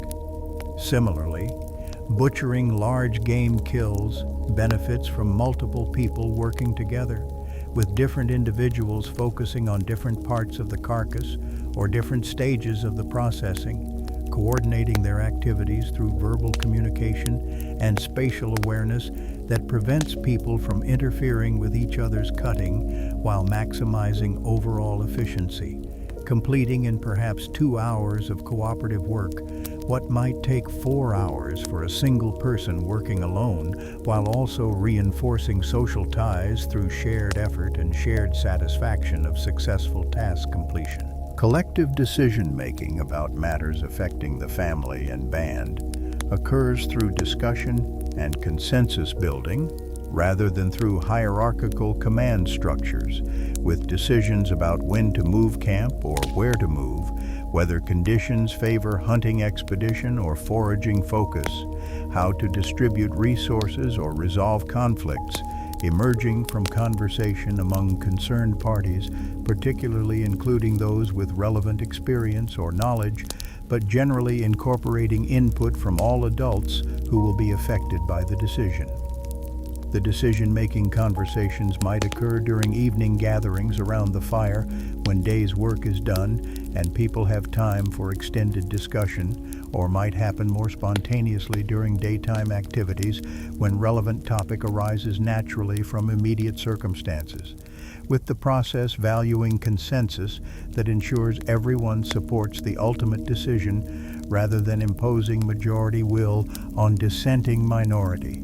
Taking whatever time is needed to work through disagreements and find solutions that address everyone's concerns sufficiently to maintain group cohesion. This consensus approach to decision-making requires good social skills of listening and compromise and persuasion rather than domination, rewarding individuals who can articulate their positions effectively while remaining open to others' perspectives, creating leadership that emerges from respect and demonstrated wisdom rather than from formal authority or coercive power. Conflict resolution. When disagreements or tensions arise between individuals, requires group attention to prevent escalation into serious rifts that might threaten band cohesion or force individuals to leave the group, with minor conflicts often resolved through direct discussion between involved parties, possibly with mediation from respected elder or uninvolved person who can provide perspective and suggest compromises, while more serious conflicts might require broader group discussion and social pressure to encourage resolution that maintains harmony necessary for survival in small, isolated group where everyone depends on everyone else. The tools available for conflict resolution include social pressure through group opinion that makes continued conflict uncomfortable for protagonists, mediation by respected individuals whose judgment both parties trust, separation of conflicting individuals to different work groups or physical areas of camp, reducing immediate tension while allowing cooling off period, and in extreme cases, the departure of one party to join different band or live temporarily apart until emotions settle, with this last option representing failure of social cohesion, but sometimes necessary to prevent violence or sustained disruption that would harm everyone. The general pattern emphasizes restoration of workable relationships rather than punishment or determination of who was right, prioritizing functional cooperation over abstract justice, reflecting the practical reality that small groups cannot afford sustained internal conflicts that reduce efficiency and create stress affecting everyone. Social time, explicitly dedicated to interaction without simultaneous productive work, occurs primarily during evening hours after the day's necessary tasks are completed and before sleep begins, with people gathering around the fire in relaxed positions, sharing the evening meal whose consumption represents social event as much as nutritional necessity. Conversation flowing naturally among participants, covering topics from immediate concerns about tomorrow's plans to longer-term considerations about seasonal movements to stories and reminiscences that entertain while reinforcing cultural knowledge and shared identity. This evening social time typically extends for 1 to 2 hours or more, depending on season and people's energy levels, with shorter sessions during winter when cold and darkness encourage earlier sleep. Longer sessions during summer when warmth and extended daylight create more leisurely evening atmosphere, representing perhaps 10 to 15% of total daily waking hours allocated to explicitly social activity, not combined with productive work. Though, as noted earlier, much additional social interaction occurs integrated with work throughout the day. The evening gathering serves crucial functions beyond immediate enjoyment, reinforcing social bonds that make cooperation possible, providing opportunity for teaching through storytelling and conversation, allowing resolution of tensions through informal discussion, and creating sense of shared experience and identity that binds the group into cohesive unit capable of facing environmental challenges cooperatively rather than as collection of competing individuals. Evening meal preparation begins during late afternoon, typically 2 to 3 hours before darkness settles completely over the landscape, with the timing varying by season as summer allows later meal preparation, taking advantage of extended daylight, while winter requires earlier start to ensure food is ready before darkness makes work difficult and cold. Intensifies need for the warmth and comfort of shared meal around the fire. The person or people responsible for meal preparation, most often women, though men participate particularly when meat cooking is involved or when women are occupied with other tasks, begin by assessing what foods are available from the day's procurement activities, plus what remains stored from previous days, making decisions about what to prepare based on available ingredients, how much effort different preparation methods require, and what people are likely to want given the day's activities and weather conditions. A successful hunting day might mean fresh meat becomes the centerpiece of the meal, with roasting over open flames, creating appealing aromas, and providing substantial protein and fat, while a day without hunting success means relying more heavily on plant foods that were gathered, perhaps roots that need cooking to make them palatable, or nuts that require only cracking but provide less excitement than fresh meat, though still delivering necessary nutrition. The cooking process itself unfolds through combination of methods depending on what foods are being prepared, with meat typically roasted by suspending pieces on green wood sticks positioned at angles near the fire, where radiant heat cooks the meat gradually, requiring periodic rotation to ensure even cooking on all sides and occasional adjustment of position if flames flare up, threatening to char the exterior before interior cooks through, work requiring intermittent attention over perhaps 30 to 60 minutes for portions of meat to reach done state, where exterior shows appetizing browning and interior is cooked through eliminating parasites and making protein more digestible. Plant foods might be roasted directly in coals at fire's edge, with roots buried in hot ash where they cook slowly while the cook tends to other preparations, or might be boiled using the hot stone method, where stones heated in the fire are transferred to hide container of water, bringing it to boiling temperature for cooking foods that benefit from moist heat. Method particularly useful for tougher plant materials or for rendering fat from bones into nutritious broth that provides both hydration and calories. The coordination of different cooking methods to have multiple food items ready simultaneously requires planning and attention, with the experienced cook starting slower, cooking items first and adding quicker cooking foods later, so everything finishes at approximately the same time, creating complete meal rather than disjointed sequence of individual foods, ready at unpredictable intervals. As foods near readiness and aromas of cooking spread through the camp, family and band members naturally gravitate toward the fire in anticipation of eating, with the gathering happening gradually, rather than in response to explicit call, people finishing whatever tasks occupied them and moving toward the fire carrying bowls or bark containers that will hold their portions, settling into comfortable positions around the hearth in locations that have become customary over time, with certain individuals preferring certain spots and others more flexible about where they sit.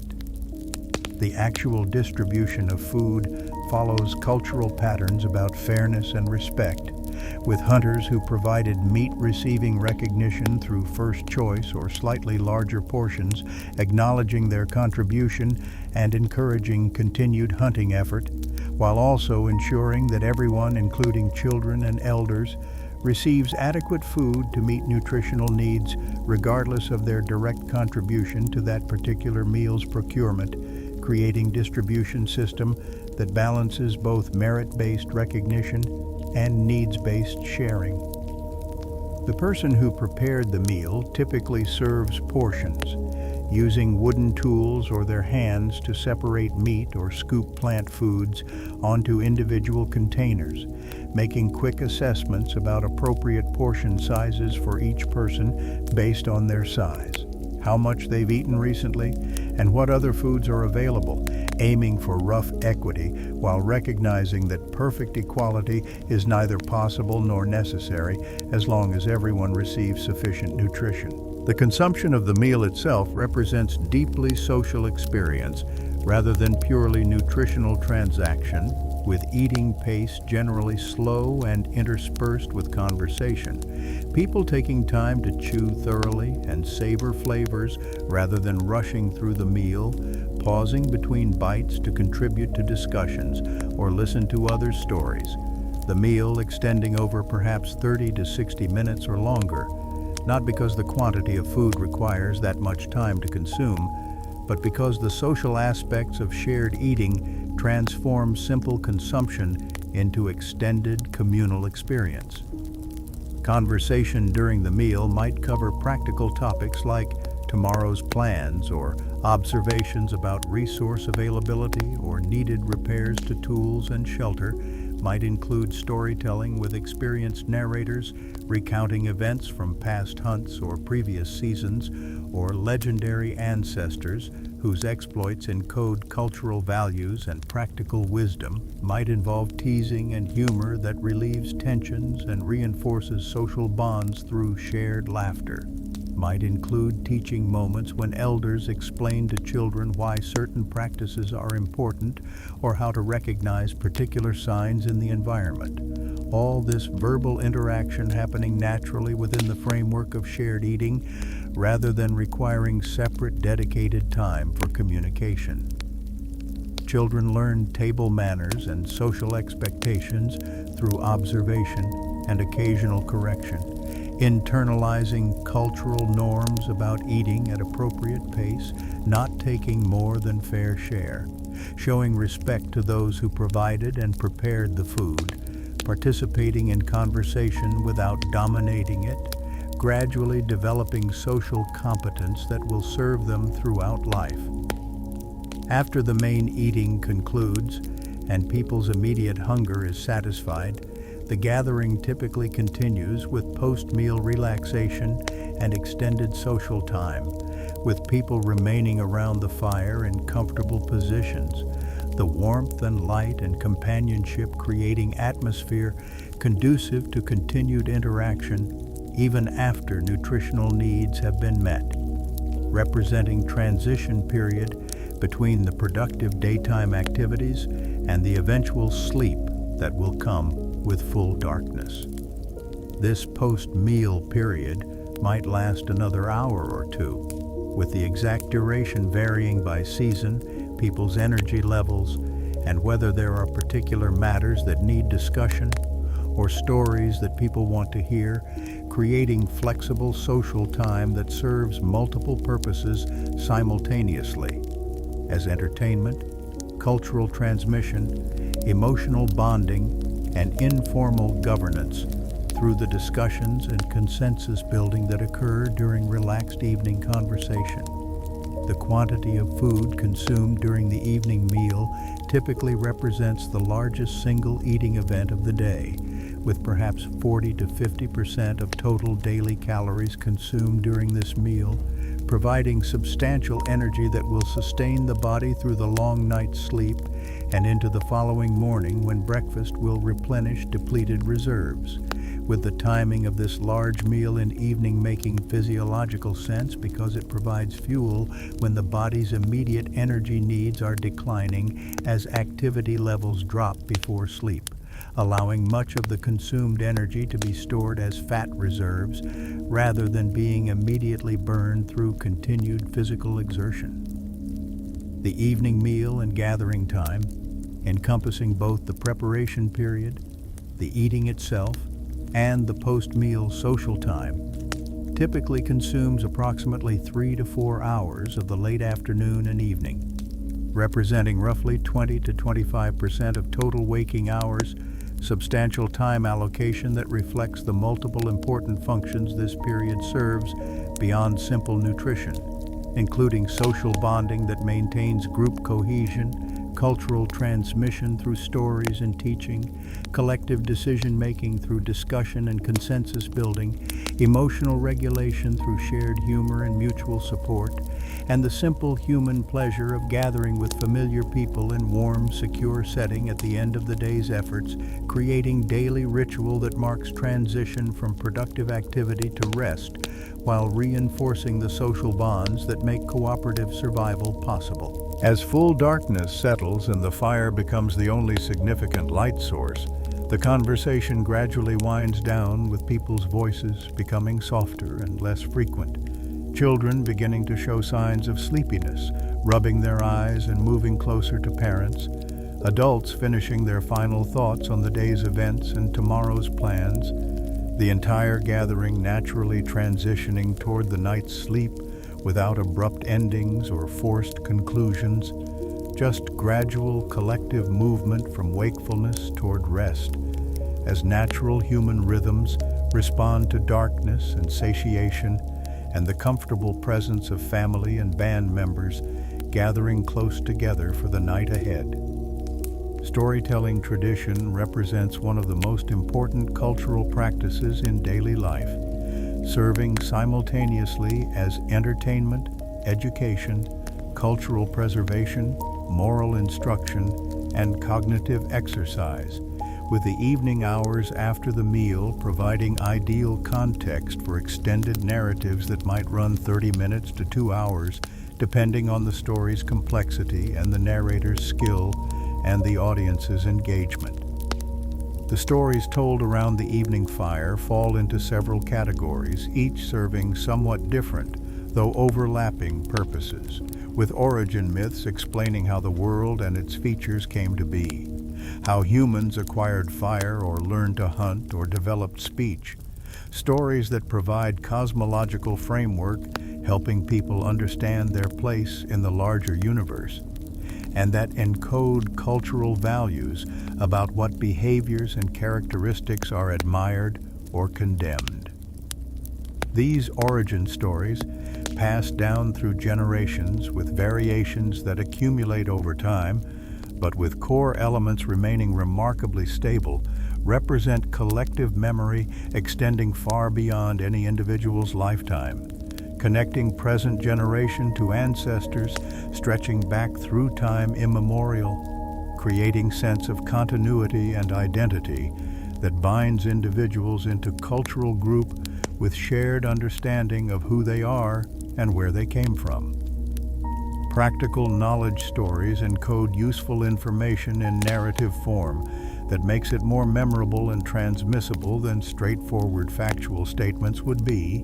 with animal behavior embedded in stories about particular hunts or encounters that illustrate how different species react to various circumstances, plant locations, and identification features woven into stories about successful gathering expeditions or cautionary tales about confusion between edible and toxic species, weather patterns and seasonal changes embedded in narratives about migrations and camp movements through the annual cycle. Navigation information encoded in journey stories that describe landmarks and relationships between places. The narrative packaging makes this practical information stickier in memory, because the story structure provides hooks and connections that aid recall. With the who, what, where, when, why structure of narrative mapping naturally onto how human memory works, making stories far more effective vehicles for knowledge transmission than isolated facts would be, particularly in pre-literate culture where information exists only in memory and oral communication rather than in external written records. A child listening to a story about an ancestor's hunting experience where misidentifying animal tracks led the hunting party to dangerous predator instead of prey learns both the specific identification features that distinguish the tracks and the broader lesson about careful observation before proceeding, knowledge that becomes associated with the dramatic story events, making it more memorable than abstract instruction about track identification would be. Entertainment and emotional satisfaction represent important, though sometimes overlooked, functions of storytelling, with well-told narratives providing pleasure through their structure and language and dramatic tension, giving people something to look forward to during evening gathering, creating shared experience that becomes topic of later conversation and reference, reinforcing social bonds through common cultural touchstones that everyone knows and recognizes. The skilled storyteller earns respect and appreciation from the audience, with their ability to captivate attention and create emotional responses through words alone, representing valuable talent that contributes to group well-being even though it produces no tangible material goods, demonstrating that human life values more than just immediate physical survival, with cultural richness and emotional satisfaction and intellectual engagement all being important components of meaningful existence. The anticipation of evening stories might motivate someone to complete days' work efficiently so they don't miss the storytelling, or might provide comfort during difficult day, with the knowledge that evening will bring familiar narratives and shared social experience, or might give children something positive to focus on rather than dwelling on the day's minor mishaps and conflicts. All these psychological benefits contributing to individual and collective resilience in face of environmental challenges and daily struggles. The performance aspect of storytelling, with the narrator using vocal variety, dramatic pauses, gesture, and facial expression to enhance the narrative's impact, creates theatrical experience even without props or costumes or stage, with the firelight adding visual drama as shadows dance on faces and nearby surfaces, responding to flame movements, transforming the simple act of recounting events into multi-sensory experience that engages audience attention far more effectively than monotone recitation would. Particularly skilled storytellers develop reputations that extend beyond their immediate band, with their performances becoming known to neighboring groups during seasonal gatherings, or when groups temporarily combine their camps, creating informal specialization where certain individuals focus more on narrative arts while others excel at different skills, with the storyteller's performances earning them prestige and ensuring they receive shares of food and other goods even though their direct productive contribution to procurement might be less than others, demonstrating that the group values cultural and social contributions alongside material production. The audience participation in storytelling, with listeners sometimes interjecting questions or comments, with children asking for clarification of confusing points, with adults offering alternative versions they've heard or their own experiences related to the story's themes, creates interactive experience rather than passive consumption, making the storytelling collaborative cultural creation rather than one-way transmission from narrator to audience. The teaching function of storytelling extends beyond practical knowledge and origin myths to include moral instruction and social conditioning, with narratives often featuring protagonists who face choices between different courses of action, with the story outcomes rewarding admirable choices like courage, generosity, honesty, cooperation, and punishing negative choices like cowardice, selfishness, deception, betrayal, creating clear models of valued behaviors and cautionary examples of condemned actions that help socialize children into cultural norms while also reminding adults of proper conduct. These didactic stories need not be heavy-handed or preachy to be effective, with the narrative structure itself carrying the moral weight through the characters' experiences and consequences, allowing listeners to internalize the lessons without feeling lectured or manipulated, making storytelling a particularly effective tool for cultural transmission across generations, compared to direct instruction, which might provoke resistance or simply fail to engage attention effectively.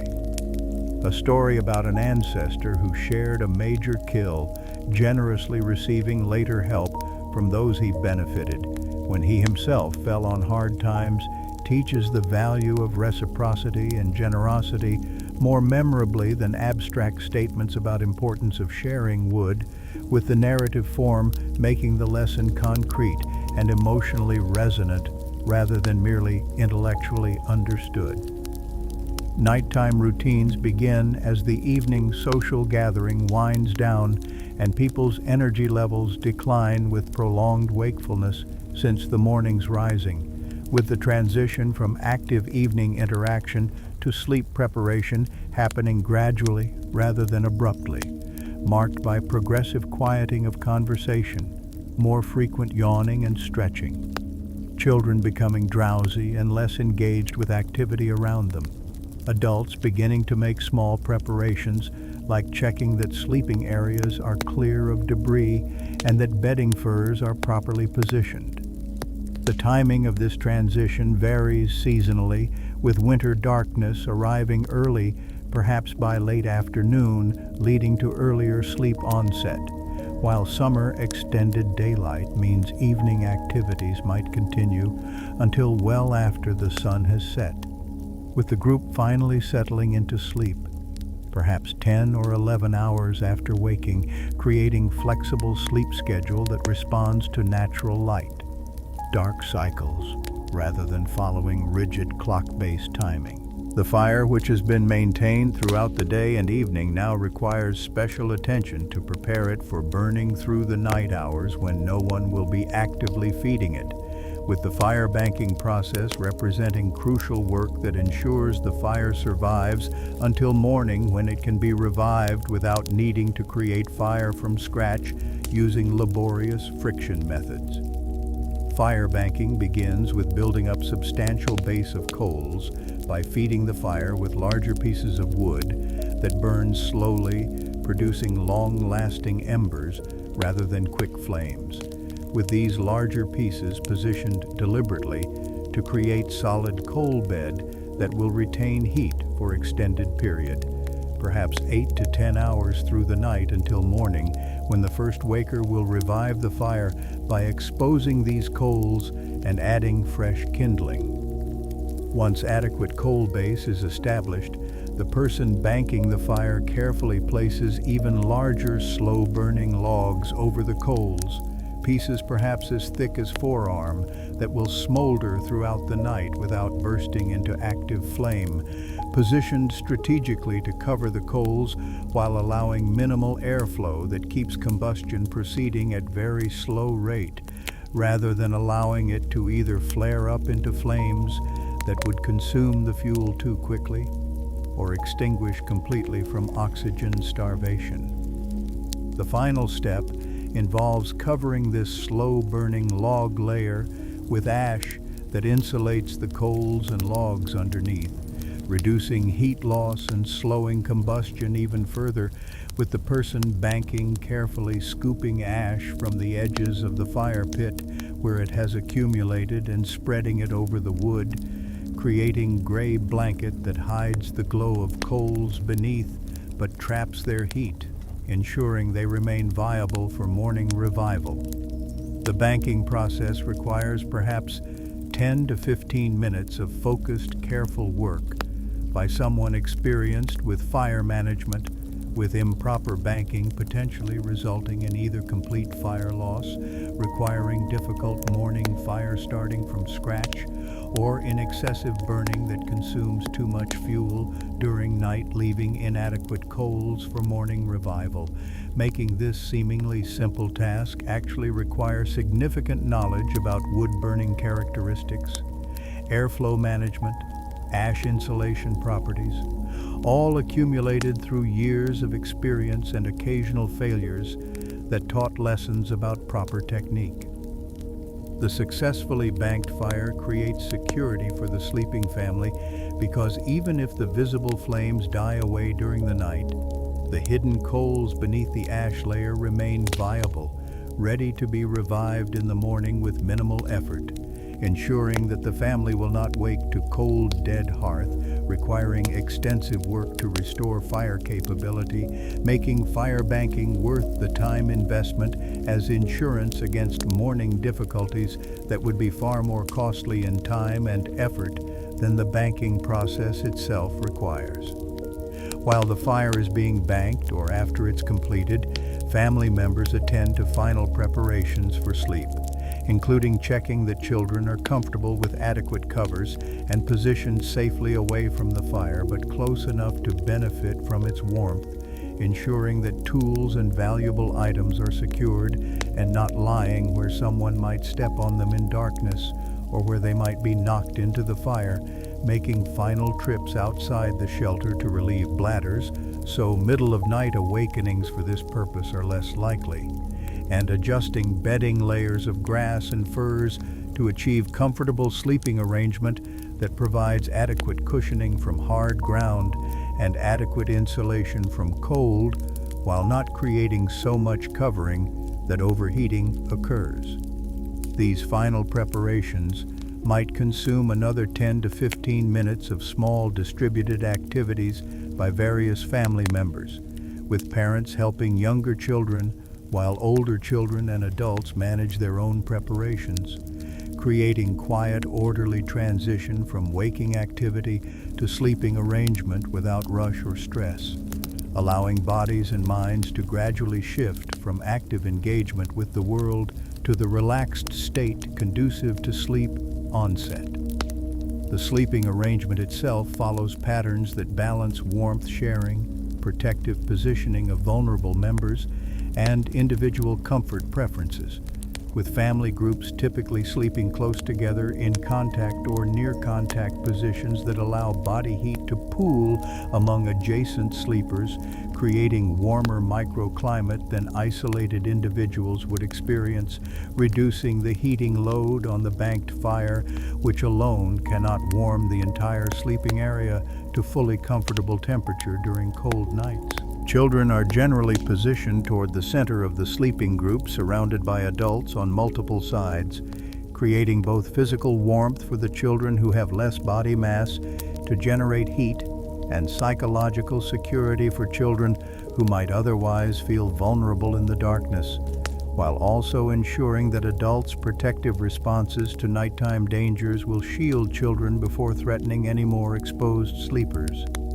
Infants sleep directly next to mothers for easy nighttime nursing access. Toddlers and young children beside or between parents or other adult relatives. Older children sometimes sleeping together in their own group, but still within the family sleeping area.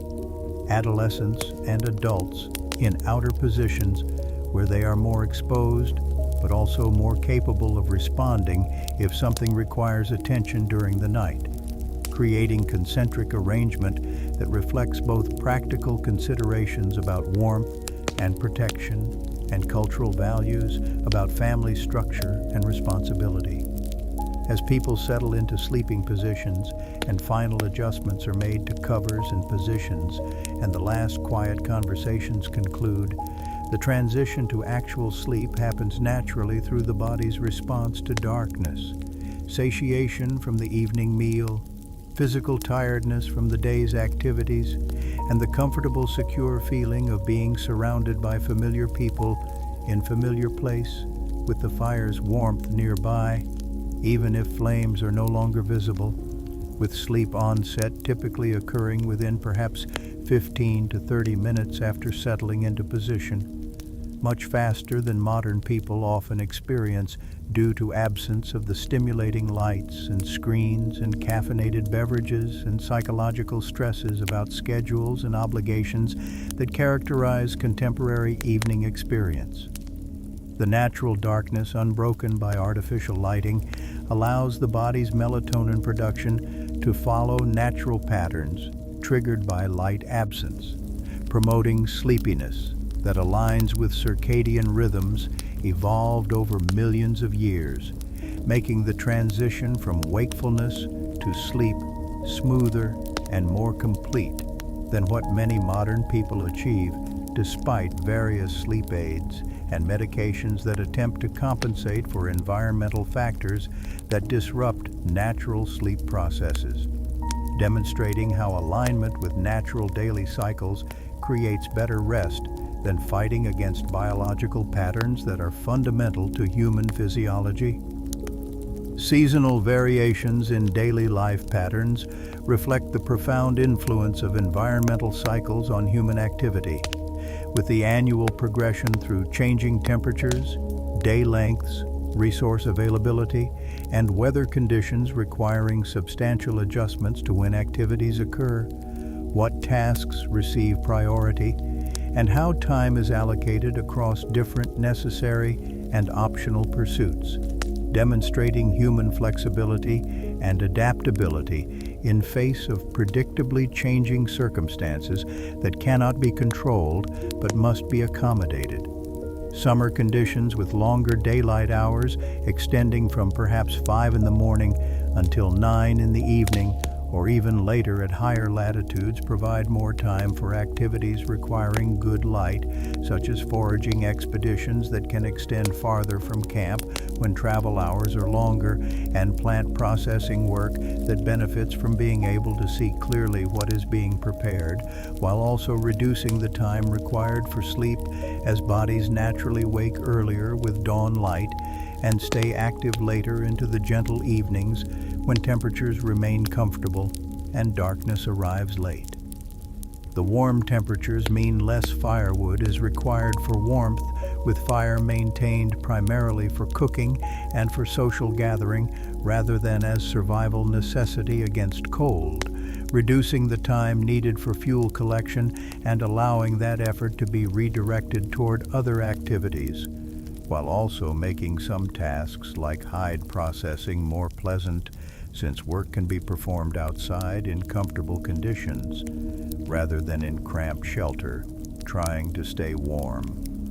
Summer's abundance of plant foods with berries ripening, seeds maturing, roots growing large, creates opportunities for intensive gathering that takes advantage of seasonal peaks in resource availability, with successful summer foraging potentially yielding 3,000 to 4,000 calories per person per 3 to 4 hours of collection effort when resources are at their most abundant and accessible, returns significantly better than average conditions would provide, making summer an intensive gathering season where the focus shifts toward collecting and preserving as much food as possible to carry the group through leaner seasons ahead. The preservation of summer abundance through drying meat and berries and roots in the sun's heat, through smoking fish and meat using techniques that work best in warm, dry conditions, through collecting and storing nuts that keep well if protected from moisture and pests, represents strategic investment of summer labor time into creating food reserves that will reduce procurement pressure during autumn and winter, when resources are scarcer and conditions harsher. demonstrating forward planning and delayed gratification, where present effort creates future security rather than immediate consumption, exhausting available resources without provision for future needs. Autumn brings shortening days and cooling temperatures that signal approaching winter, with day length declining from summer's 14 or 15 hours to perhaps 11 or 12 hours at autumn's end, creating more balanced division between daylight activity time and darkness rest time.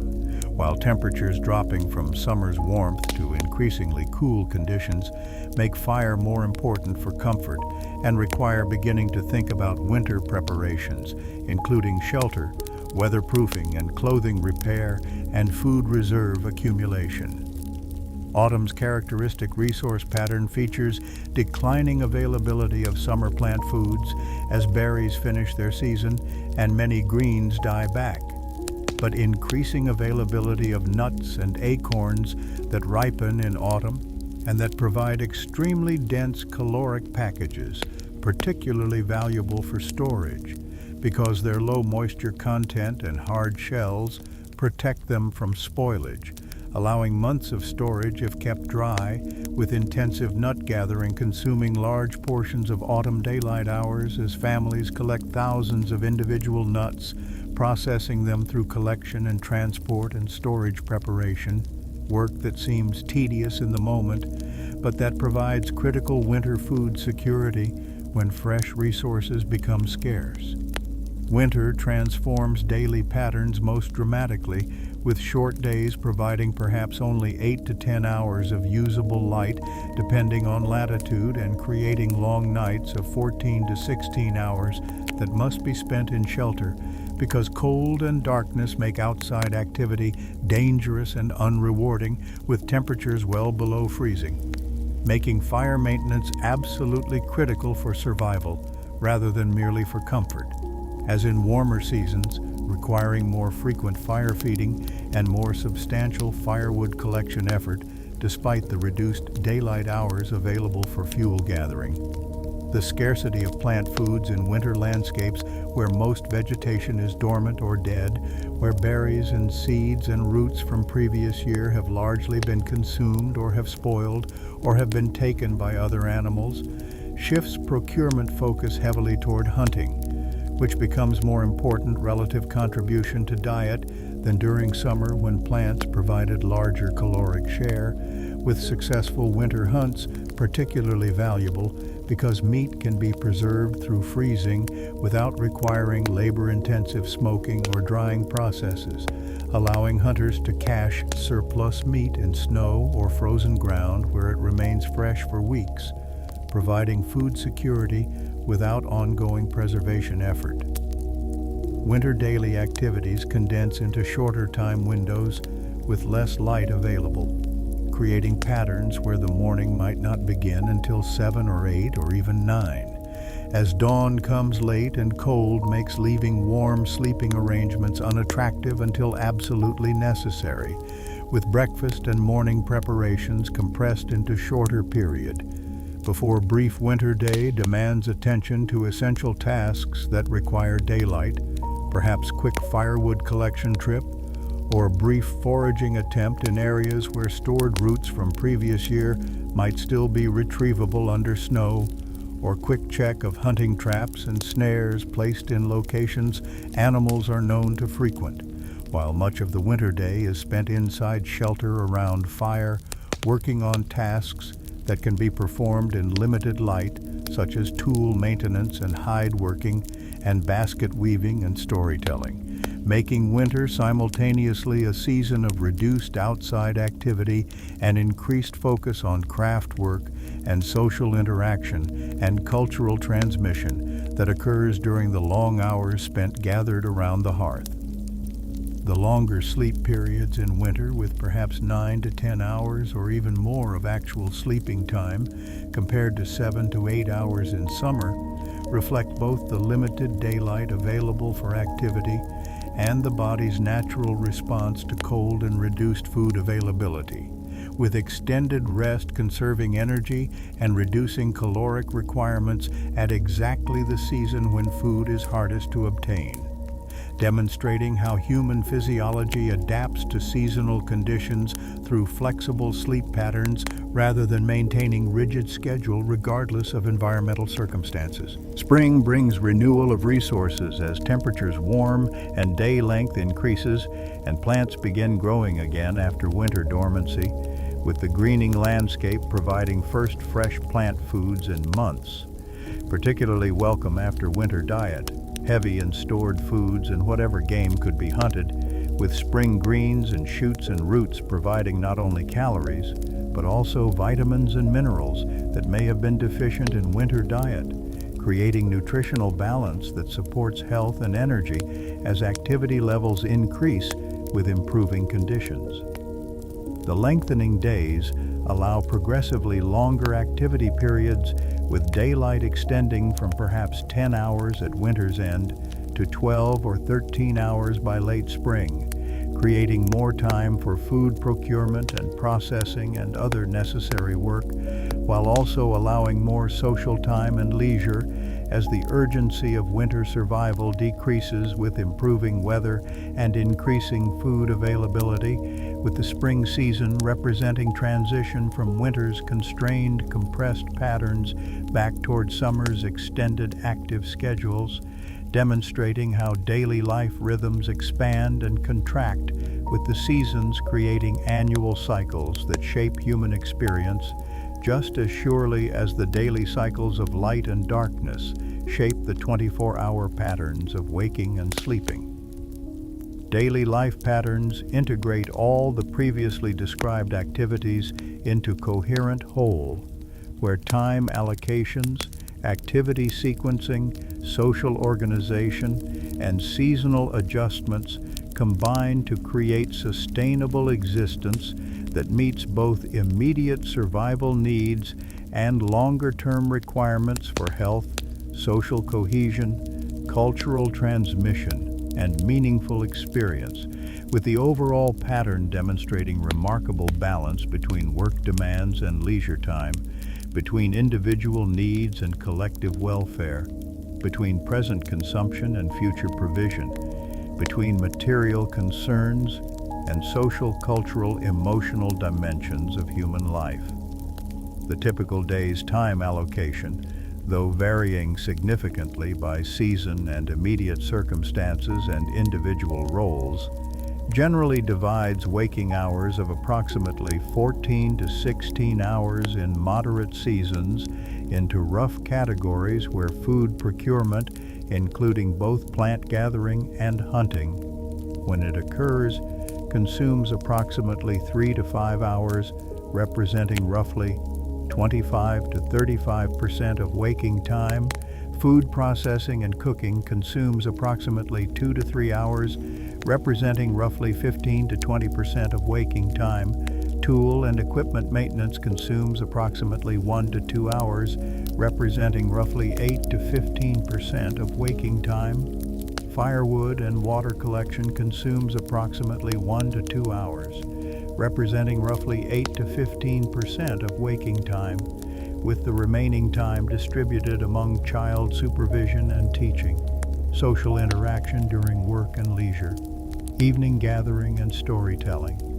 rest periods, and personal time for individual pursuits, creating patterns where productive work occupies perhaps half of waking hours, while the remaining time serves social, cultural, educational, and recreational functions that are equally essential to successful human life, even though they produce no immediate material output.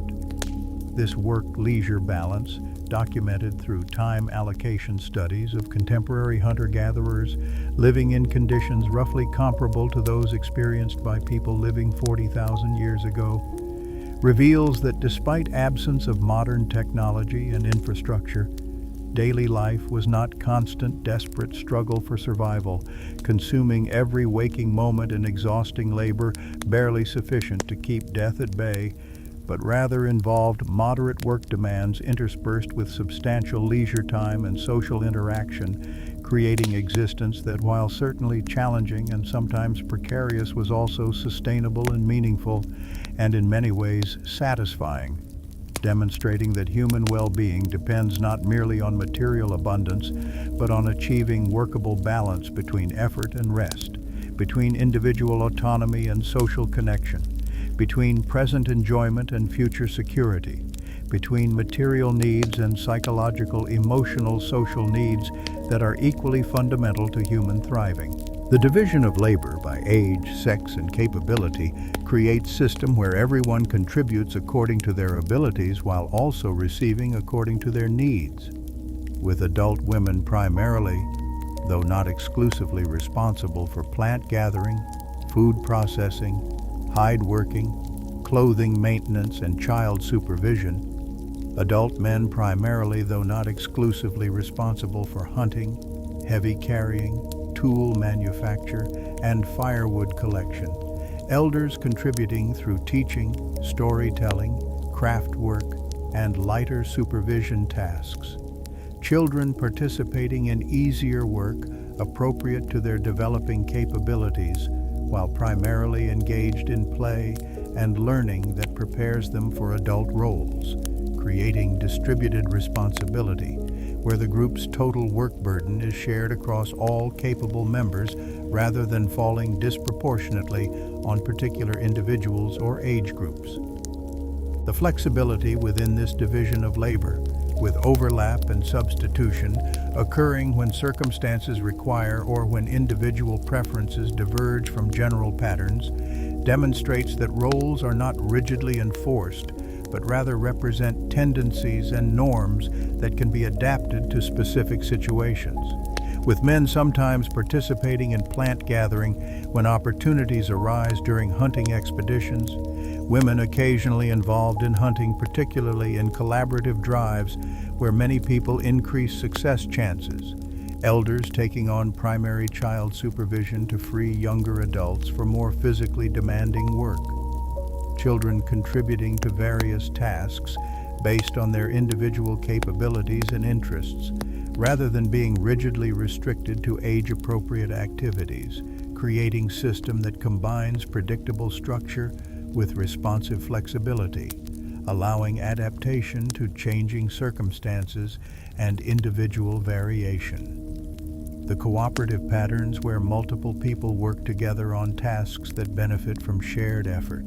where successful procurement is distributed beyond just those who did the collecting or hunting, where knowledge and skills are freely shared rather than hoarded for individual advantage, where decision-making involves consensus building rather than hierarchical command, create social environment characterized by mutual support and reciprocal obligation, rather than by competition and individual self-interest, demonstrating that human nature is fundamentally social and cooperative, when social structures and environmental contexts support these tendencies rather than forcing competitive individualism as survival strategy. The accumulated knowledge required for successful daily life, including plant identification, distinguishing hundreds of species and knowing which parts are edible or medicinal or toxic, animal behavior, understanding that enables effective hunting and prediction of game movements, tracking skills, reading subtle signs in disturbed vegetation and soil,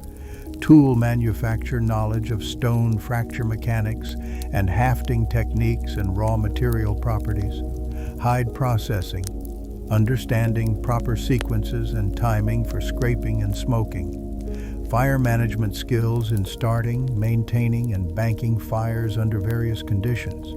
weather prediction reading cloud patterns and wind changes and animal behaviors that signal approaching storms, navigation knowledge of territory, including resource locations and seasonal patterns and travel routes, shelter construction, understanding structural principles and material properties, and site selection criteria, food processing techniques including grinding and cooking and preserving methods, social skills for cooperation and conflict resolution and consensus building, All this knowledge accumulated over years of observation and practice and teaching represents vast database of information, far exceeding what any individual could discover through personal experience alone, demonstrating the crucial role of cultural transmission across generations in enabling human survival and adaptation, with teaching occurring primarily through demonstration and guided practice and storytelling, rather than through abstract verbal instruction,